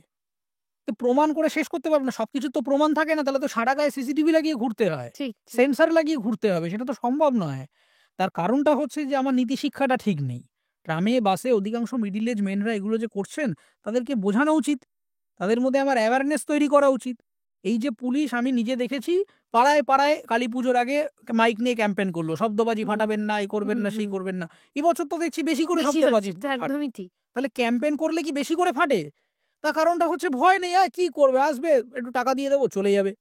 এই যে একটা অদ্ভুত অডাসিটি তৈরি হয়েছে মানুষের মধ্যে যে আমাকে কেউ কিছু করতে পারবে না, এইটা যতক্ষণ না পর্যন্ত করাপশনহীন একটা সিস্টেম তৈরি হচ্ছে এবং মানুষের মধ্যে একটা ল অ্যান্ড অর্ডারের প্রতি রেসপেক্ট থাকছে যে হ্যাঁ এটা করা যাবে না, এটা অন্যায়, এটা অনৈতিক, এটা হলে আমার শাস্তি হতে পারে, ততক্ষণ পর্যন্ত আইন, আদালত, মিডিয়ায় হই হই করে কোনোভাবেই এটাকে সলভ করা যাবে না। ঠিক কথা। এছাড়াও তুমি যখন মিটু কেস বলছো বা এই বিষয়টা নিয়ে আলোচনা করছি, তুমিও দীর্ঘদিন ধরে, আমি আমার ইন্ডাস্ট্রিতে আসি, দীর্ঘদিন ধরে ইন্ডাস্ট্রিতে রয়েছো। সেখানে একটা শব্দের সঙ্গে আমরা বহুল পরিচিত, সেটা হচ্ছে কম্প্রোমাইজ। প্লাস এখন প্রচুর মিটু কেস ইন্ডাস্ট্রিতেও হচ্ছে, যেটা রিসেন্ট অরিন্দম শীলকে নিয়েও হয়েছে। তো সেখানেও তো কোনো রকম কিছুই ঘটছে না, যখন অনেকেই বলছে যে অরিন্দম শীল নাকি প্রথম থেকেই এরকমই ছিলেন, না অনেকেই সেটা ফেস করেছে। তো এই জিনিসটা বন্ধ হবে কবে, মানে এইখানে? দেখো, এই এন্টারটেনমেন্ট ইন্ডাস্ট্রির এই অন্ধকার দিকটা সারা ভারতবর্ষেই আছে, কলকাতাতেও তার অন্যথা হচ্ছে না। এবং এন্টারটেনমেন্ট ইন্ডাস্ট্রি না, এখন সব জায়গায় হ্যাঁ বড় বড় কর্পোরেটেও এই একই ঘটনা হয়েছে, এবং এটা আজকের নতুন নয়। কিন্তু বিষয়টা হচ্ছে ওই একটাই, যে মেয়েরা অভিযোগ করেন সেই মেয়েরা তো সাহস করে আর আদালত অব্দি যান না ফেসবুক ট্রায়ালের পরে। তার কারণ হচ্ছে তাদের মনে ভয় থাকে যে আরে কিছুই তো হবে না, উল্টে আমার কিছু পয়সা যাবে, কিছু মানে সম্মানহানি হবে। এবং আদালতেও আমি বিভিন্ন এরকম মেয়েদেরকে ইন্টারভিউ করে দেখেছি যে ধরো অন্যান্য খুনের মামলা হচ্ছে কেউ শুনছে না, যেই একজন ধরো এরকম একটা মলেস্টেশনের মামলা নিয়ে এসছে, সবাই তাকে এমনভাবে দেখা শুরু করবে যারা আদালতে উপস্থিত, সেই মেয়েটা নিজেকেই এবার গিল্টি ভাবতে আরম্ভ করবে যে আরে বোধহয় ভুল করে ফেলেছি এখানে এসে। তাকে তো কমফোর্ট জোনটা দেই না, আমরা তো দিয়ে উঠতে পারিনি যে ভাই তুমি করো না, কি হয়েছে? একজন খুনি কাঠগড়ায় দাঁড়ালে কারো ঠিক আছে খুন করেছে, যা হবে বিচারপতি দেখে নেবেন, অ্যাডভোকেটস দেখে নেবেন। কিন্তু যখনই একজন রেপ ভিকটিম আসছে বা একজন মলেস্টেড ভিকটিম আসছে, আদালতে এমন গুজুর গুজুর ফুসুর ফুসুর শুরু হচ্ছে সবার মধ্যে, এই কি হলো এটা কি, আরে কি, এমন কিছু কিছু প্রশ্ন এমন ভাবে জিজ্ঞেস করা, মানে সেখানে মিডিয়া এমন ঢুকে এমন সমস্ত প্রশ্ন করবে, আদালতে এমন গুজুর গুজুর ফুসুর ফুসুর শুরু করবে প্রিমাইসের বাইরে, যে যিনি করতে গেছেন, মামলাটা করতে গেছেন, তার উল্টে নিজের প্রতি এবার কনফিডেন্স হারিয়ে ফেলবেন যে গেল বোধহয় আমার, এবার আমাকে নিয়ে ট্রায়াল শুরু হবে, এই শুরু হবে। এই যে জায়গাটার দুটো কারণ হচ্ছে যে এক, প্রথমত ওই যে বললাম শাস্তি হয় না কনভিকশনে। তুমি এনসিআরবি রিপোর্ট দেখলেও দেখতে পাবে যে আমাদের এই অ্যাট্রোসিটিস অন উইমেন যত ধরনের কেস হয়, কেস যে পরিমাণ রেজিস্টার হয় তার অধিকাংশই কনভিক্টেড হয় না বা সাজা পায় না। যেহেতু শাস্তি হয় না, তো সেই কারণে লোকের মধ্যে অডাসিটি আছে যে আমি করলাম কি হবে, একটা মামলা হবে, 4 দিন টিভিতে আলোচনা হবে, তারপর বন্ধ হয়ে যাবে, ভুলেও যাবে। এই যে ক্রমাগত মানে যতক্ষণ টিভিতে আছে, তুমি এটা ভেবে দেখো না যে লোকসভা ইলেকশনের আগে সারা বাংলা এবং সারা পৃথিবীতে, আমি ইন্টারন্যাশনাল মিডিয়াতেও দেখতে পেয়েছিলাম সন্দেশখালির ঘটনা, একদমই তাই, যে সন্দেশখালির মেয়েদেরকে বিভিন্ন রকম ভাবে এরকম চলছে। তুমি আজকে দেখো কটা আলোচনা আছে, তার মানে একটা মহিলা, হ্যাঁ মানে আমি যদি একজন মহিলাকে বা কোনো কমিউনিটির এরকম সমস্যাকে যদি শুধুমাত্র মানে ব্যবসার কারণে বা রাজনৈতিক কারণে ব্যবহার করি, মিডিয়া তার ব্যবসার জন্য ব্যবহার করলো, আর রাজনীতিবিদরা তাদের ভোটের অ্যারিথমেটিকের জন্য ব্যবহার করলো। আজকে জানতে চাই যে সন্দেশখালীর মেয়েরা আজকেও বিপদে আছেন কিনা, তারা ঠিক আছেন কিনা, কোনো খোঁজ নেই। তার মানে যতক্ষণ হেডলাইনে আছে ততক্ষণ সেটা নিয়ে আলোর গল্প আরম্ভ করলো। দেখো আরজি কর কিন্তু আস্তে আস্তে এখন কিরকম থেকে হাওয়া পেয়ে যাচ্ছে। এখন কিন্তু আমরা করাপশন নিয়ে প্রশ্ন করছি না, কেন হলো, কি ব্যাপারে নিয়ে, ঠিক আছে হলো, ট্রায়াল হলো, আবার ট্রায়াল হবে, হলে হলো, না হলে না হলো। এই জায়গাটার মূল কারণ হচ্ছে যে ক্রাইম যারা করে এবং যারা ক্রিমিনাল ইনভেস্টিগেটিভ এজেন্সিস রয়েছে, পুলিশ বলো, সিবিআই বলো, যারা যে ধরনের মানে এক্সট্রা জুডিশিয়াল এজেন্সিস যারা যারা রয়েছে, তাদের আরো বেশি তৎপর হতে হবে। এটা হচ্ছে প্রথম। তাদের তাড়াতাড়ি কনভিক্ট করার ব্যবস্থা করতে হবে এবং মানুষের মনে ভয় ধরাতে হবে। ফিল্ম ইন্ডাস্ট্রি বলো কিংবা তুমি আইটিতে চাকরি করা বলো, সব জায়গায় আইটি ফাইটির অভিযোগ শুনে তো মাথা খারাপ হয়ে যায়। এমন মারাত্মক কাণ্ড কারখানা সেখানে এইচআর লেভেলে ভাবাই যায় না। মানে এরকম বহু আইটি কর্মীদের থেকে শুনেছি যে একজন মহিলা, এবং অদ্ভুত ব্যাপার, হয়তো মহিলা এইচআর, ধরো তিনি সিএমওর কাছে গেছেন, কোনো সিএমও তাকে হয়তো বাজেভাবে গায়ে হাত দিয়েছে, তিনি এইচআর কে এসে বললেন যে এটা করেছে, এটা দেখুন। এইচআর একজন মহিলা, তিনি মহিলাটিকে বলছেন, আরে এই তো থোড়া নোক ঝোঁক হ্যাঁ, এ কি, মানে বলছেন আর এমন কি কি হয়েছে, তোমার গায়ে হাত দিয়েছে তো। মানে এই এই ব্যাপারটা কিন্তু মানে মেয়েরাও প্যাসিভলি জড়িয়ে পড়ছেন কোথাও গিয়ে, তাদের মধ্যে রেজিস্ট্যান্সটা চলে যাচ্ছে। যে কর্মক্ষেত্রে সুরক্ষাটা কিন্তু শুধুমাত্র চিকিৎসকদের জন্য নয়, মানে সমস্ত প্রফেশনেই কিন্তু এটা ইম্পর্টেন্ট। সেইটা আমরা আলোচনাটা শুধুমাত্র আরজিকর এবং এই মানে আমাদের মানে মেডিকেল ফ্র্যাটার্নিটির মধ্যে সীমিত করে ফেলছি, কিন্তু ওয়ার্কপ্লেস সেফটিটা সমস্ত জায়গায় ইকুয়ালি প্রযোজ্য হতে হবে। এবং সেটার জন্যই আমাদের যেটা দরকার সেটা হচ্ছে এডুকেশন এবং ভয়। একদমই তাই। আমার একজন পরিচিতা দিদি, তিনি ভূগোলের শিক্ষিকা, অনেক মফস্বলের দিকে তার পোস্টিং, সে রেগুলার যাতায়াত করেন এবং সেখানে শিক্ষকের সংখ্যা খুবই সীমিত, মানে অর্ধেকজন আসেই নয়, সই করে চলে যায়, এরকম একটা সরকারি বাংলা মিডিয়াম স্কুল। তো সেখানে তার এমন নিরাপত্তাহীনতায় সে ভুগেছে, মানে দিনের পর দিন, কেবল সরকারি চাকরি সে ছাড়তেও পারছে না, বহু কমপ্লেন করেছে, ট্রান্সফারের জন্য কমপ্লেন করেছে, কোনোভাবেই সেটা কাজ হয়নি। তখন মানে সেই ওয়ার্ক প্লেসে, স্কুলে বাচ্চারা আসেই না বা তাদেরকে জোর করে আনা হয়। তার স্কুলের পরে সেখানে যে স্যার রয়েছেন, তার মানে তার থেকে নিজেকে বাঁচিয়ে আবার বাড়ি ফিরে আসা, তার যে ট্রমাটা আমি দেখেছিলাম দিনের পর দিন, মানে সেটা আমি এখনো ভুলতে পারি না। মানে প্রত্যেকদিন সে ট্রমাটাইজ হয়ে থাকতো যে আবার কালকে স্কুলে যেতে হবে, অথচ আমি চাকরিটা ছাড়তেও পারছি না, পরীক্ষা দিয়ে কষ্ট করে সেই চাকরিটা পাওয়া। তো এইরকম তো প্রত্যেকটা প্রফেশনেই চলতেই থাকছে। মানে সেটা আমাদের মনে হয় যে ওই নৈতিক শিক্ষা যতক্ষণ না আবার সমাজটাকে রিবুট না করলে হয়তো সেটা সম্ভব নয়। অরিত্র, খুব ভালো লাগলো আজ যে পডকাস্টে তোমাকে পেয়ে। আজ আমার সময় সীমিত, তাছাড়া তোমাকে যে শেষ প্রশ্নটা করবো, আবার একটু অন্যদিকে যাই, যেটা হচ্ছে তোমাকে পরবর্তী পদক্ষেপে কি আমরা ডিরেক্টর হিসেবে পেতে পারি? খুব সাম্প্রতিক ইতিহাসে আমি মানে ডিরেক্টর হতে চাই এরকম কোনো পরিকল্পনা আমি করিনি। আমার সবসময় ভালো প্রোডিউসার হওয়ার খুব ইচ্ছে ছিল এবং একটা সময় আমি ভেবেছিলাম যে যদি টাকা পয়সা জমাতে পারি তাহলে আমেরিকান ফিল্ম ইনস্টিটিউট থেকে আমি প্রোডিউসিং শিখব। তার কারণ ডিরেকশনের থেকে আমার সবসময় ওই ব্যাক এন্ড ম্যানেজমেন্টটা নিয়ে আমার অনেক বেশি কৌতূহল, এবং মানে কন্টেন্ট আইডিয়েট করা, ইনোভেট করা, এগুলোতে। তো খুব চট করে আমি নিজেকে ডিরেক্টর হিসেবে দেখছি না। আমি চাইবো যে প্রোডিউসিংটা শিখতে, এবং পাশাপাশি আমার এই দিকের কেরিয়ার যেদিকে মোড় নেয় সেটা দেখবো। তবে যদি ফিল্ম ইন্ডাস্ট্রিতে আমাকে বহাল থাকতে হয়, আমার অভিনয়টা তো আছেই, আমি একটু অন্যরকম চরিত্রে এবার অভিনয় করতে চাই, যেটা দিয়ে শুরু করেছিলাম। যে বিভিন্ন চরিত্রে অভিনয় করার পরেও লোকে আমাকে বলছেন যে মজা পেলাম। হয়তো মজার চরিত্র নয়, কিন্তু মজা পেলাম। তার দুটো কারণ আছে। এক, হতে পারে আমার বডি ল্যাঙ্গুয়েজ সহ আমার যে প্রেজেন্টেশনটা, সেইটা হয়তো কোথাও গিয়ে একটু কমিক হয়ে দাঁড়াচ্ছে। তার যেহেতু আমার প্রশিক্ষণ নেই, বিভিন্ন চরিত্রে কিভাবে মানিয়ে নিতে হবে সেটা হয়তো আমি ঠিক পেরে উঠিনি। সেজন্য আমি পরবর্তী ক্ষেত্রে আমার ক্লাস অ্যাক্ট বলে একটা সেশন করান দামিনী বেনি বাসু, তার তার মেন্টরশিপে আমি শুরু করেছিলাম। এবং সেখানে বুঝেছি যে আমার বেশ খানিকটা প্রশিক্ষণের প্রয়োজন, এবং সেই প্রশিক্ষণটা নিয়ে এখন আমি যে চরিত্রগুলো অভিনয় করছি, অ্যামাজন প্রাইমে গত বছর আমার crash course web series release হয়েছে। এরপরে একটা ওয়েভলেন্থ বলে একটা শর্ট ফিল্ম, কিন্তু সায়েন্স ফিকশন, একদম অন্যরকম চরিত্রে অভিনয় করলাম আমি এবং বরুণ চন্দ। সেটাও এখন ফিল্ম ফেস্টিভ্যালে রয়েছে, হয়তো কোনো ওটিটিতে সেল করার একটা চেষ্টা হচ্ছে। এরপরে আর একটা সাম্প্রতিক ছবি শ্রীমন্ত সেনগুপ্ত ডিরেকশনে নতুন একটা ছবিতে অভিনয় করছি, সেটাও কমেডি নয়, সেটাও একটা অন্যরকম চরিত্র। তো এবারে একটু অন্যান্য ধরনের চরিত্রে নিজেকে ফিট ইন করিয়ে দেখতে চাইছি যে কতটা পারি এবং মানুষ কতটা আমাকে গ্রহণ করেন। কারণ কমেডি তো দীর্ঘদিন ধরে, প্রায় 15-16 বছর ধরে আমি টানা অভিনয় করেছি, এবং পুরোটাই কমেডি চরিত্রে, মানে স্ল্যাপস্টিক কমেডিতে আমি, মানে ওটা একদম জলবৎ তরল হয়ে গিয়েছে। তো সেইখানে অন্য কোনো চরিত্রে আমি পারি কিনা সেটাও আমাকেও তো দেখতে হবে, এবং দর্শকের গ্রহণযোগ্যতাটাও সেখানে ইম্পর্টেন্ট।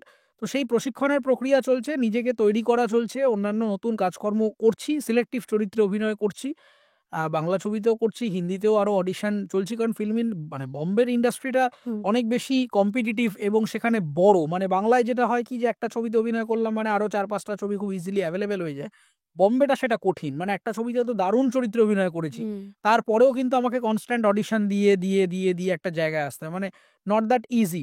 তো সেই প্রক্রিয়াটাও আমি চালাচ্ছি সবে মিলে। পাশাপাশি আমার পোস্ট প্রোডাকশনের যা কাজকর্ম বা মিডিয়া রিসার্চের যেটা, তো সেইটা আছেই। তো সব মিলিয়ে মোটামুটি আমি যেটা দেখছি যে আমি মিডিয়া রিসার্চ এর মধ্যেই মানে বিচরণ করতে চাই। All the best Aritra. সব থেকে বড় কথা, সব দিক থেকে তুমি অলরাউন্ডার।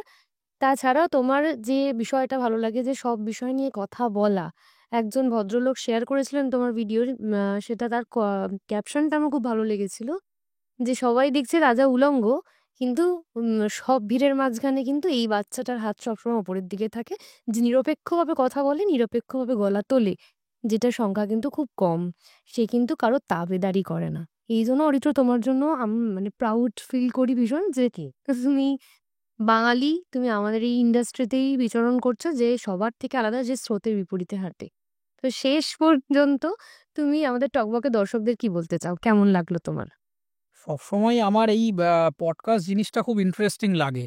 তার কারণ হচ্ছে যে এইখানে মানে এই অডিও ভিজুয়াল মিডিয়ামে যেভাবে খুব স্বতঃস্ফূর্তভাবে কথা বলা যায়, কারণ আমরা বিভিন্ন প্ল্যাটফর্মেই কথা বলি, কখনো খবরের কাগজে লিখি, সব জায়গাতেই তো একটা কোট আনকোট এডিটোরিয়াল থাকে, তারা কিছু জিনিস কাঁচি করে দেন। কিন্তু এইখানে পডকাস্টে কাঁচি করার কেউ নেই, এবং কোনো বিউরো নেই, ডেস্ক নেই যেখান থেকে আমাকে কিছু সেন্সার্ড নিয়ে আসতে হবে। এখানে টিআরপির জন্য আলাদা করে হ্যাঁ, তো সেখানে পডকাস্ট গুলো আমার খুব ভালো লাগে, এবং আমি খুব সুন্দর একটা আলোচনা হলো এবং সব দিক নিয়ে আলোচনা হলো, সেটা খুব ভালো লাগলো। এবং যারা দেখছেন শুনছেন, মানে এই পডকাস্ট তো দেখার থেকেও শোনা বেশি, এবং অডিও প্ল্যাটফর্মে এটা আসাতে খুব ভালো হয়েছে যে বাসে ট্রামে যেতে যেতে একটুখানি কানে গুঁজে আধা ঘন্টা শুনে নিলাম, এবং ইন্টারেস্টিং জিনিসপত্র। এবং তোমাকেও থ্যাংক ইউ এরকম একটা চমৎকার প্রোগ্রাম আয়োজন করার জন্য। আরো আরো গ্রো হোক, এবং আরো হাজার হাজার 1 মিলিয়ন হোক, সেদিন আবার একটা অনুষ্ঠান হবে সবাই মিলে। সবাই ভালো থাকুন, তুমি ভালো থাকো, এবং অডিয়েন্সরা যারা শুনছেন, লিসেনাররা যারা শুনছেন, তারা চ্যানেলটি সাবস্ক্রাইব করুন। যদি পছন্দ হয় এই চ্যানেলটি আরো ছড়িয়ে দিন সোশ্যাল মিডিয়ার মাধ্যমে, এবং আপনাদেরও যা মতামত আছে সেটাও কমেন্ট করে জানান, তার কারণ কমেন্ট এবং ফিডব্যাক খুব ইম্পর্টেন্ট। সেখান থেকে অনেক কিছু শেখা যায়। ভালো লাগলেও বলবেন, খারাপ লাগলেও বলবেন, কিভাবে আরো ডেভেলপ করা যায় সেটাও বলবেন। তাহলেই একটা সামগ্রিকভাবে সামনের দিকে এগোনো যাবে। সবাই ভালো থাকবে। আমি লাস্টে তোমাকে একটা কথা বলি, আমাদের একটা সেকশন আছে, সেটা হচ্ছে ডিজি পত্র, যেখানে সবার কমেন্টস বা যাদের মেসেজ অন্যরকম লাগে তা আমরা পড়ে শোনাই। সেখানে রিকোয়েস্ট থেকে কিন্তু তুমি আজকে এই পডকাস্টে মানে আমাদের এই চেয়ারে রয়েছে। মানে আমরা পরপর মানে অনেক যাদের রিকোয়েস্ট রাখা সম্ভব তাদের রেখে আমরা সেই রকমভাবে গেস্টকে ইনভাইট করি। সেখানে কিন্তু অনেকবারই এসছে অরিত্র দত্ত বণিককে দেখতে চাই। আমার খুব ভালো লাগার ব্যাপার সেটা। থ্যাংক ইউ অরিত্র, খুব ভালো লাগলো তোমার সঙ্গে কথা বলে। তবে অনেক বিষয় নিয়ে কথা বলা হলো না, যেগুলো নিয়ে ব্যক্তিগতভাবে আমিও চাই সেগুলো নিয়ে কথা হোক, মানে জনসমক্ষেই কথা হোক, মিডিয়াতে কথা হোক, মানুষের মধ্যে অনেক কিছু পৌঁছানো প্রয়োজন। আশা করছি তোমাকে আবার একটা এপিসোডে পাবো। আর তোমার জন্য টকবকের পক্ষ থেকে একটা গিফট আছে, এটা হচ্ছে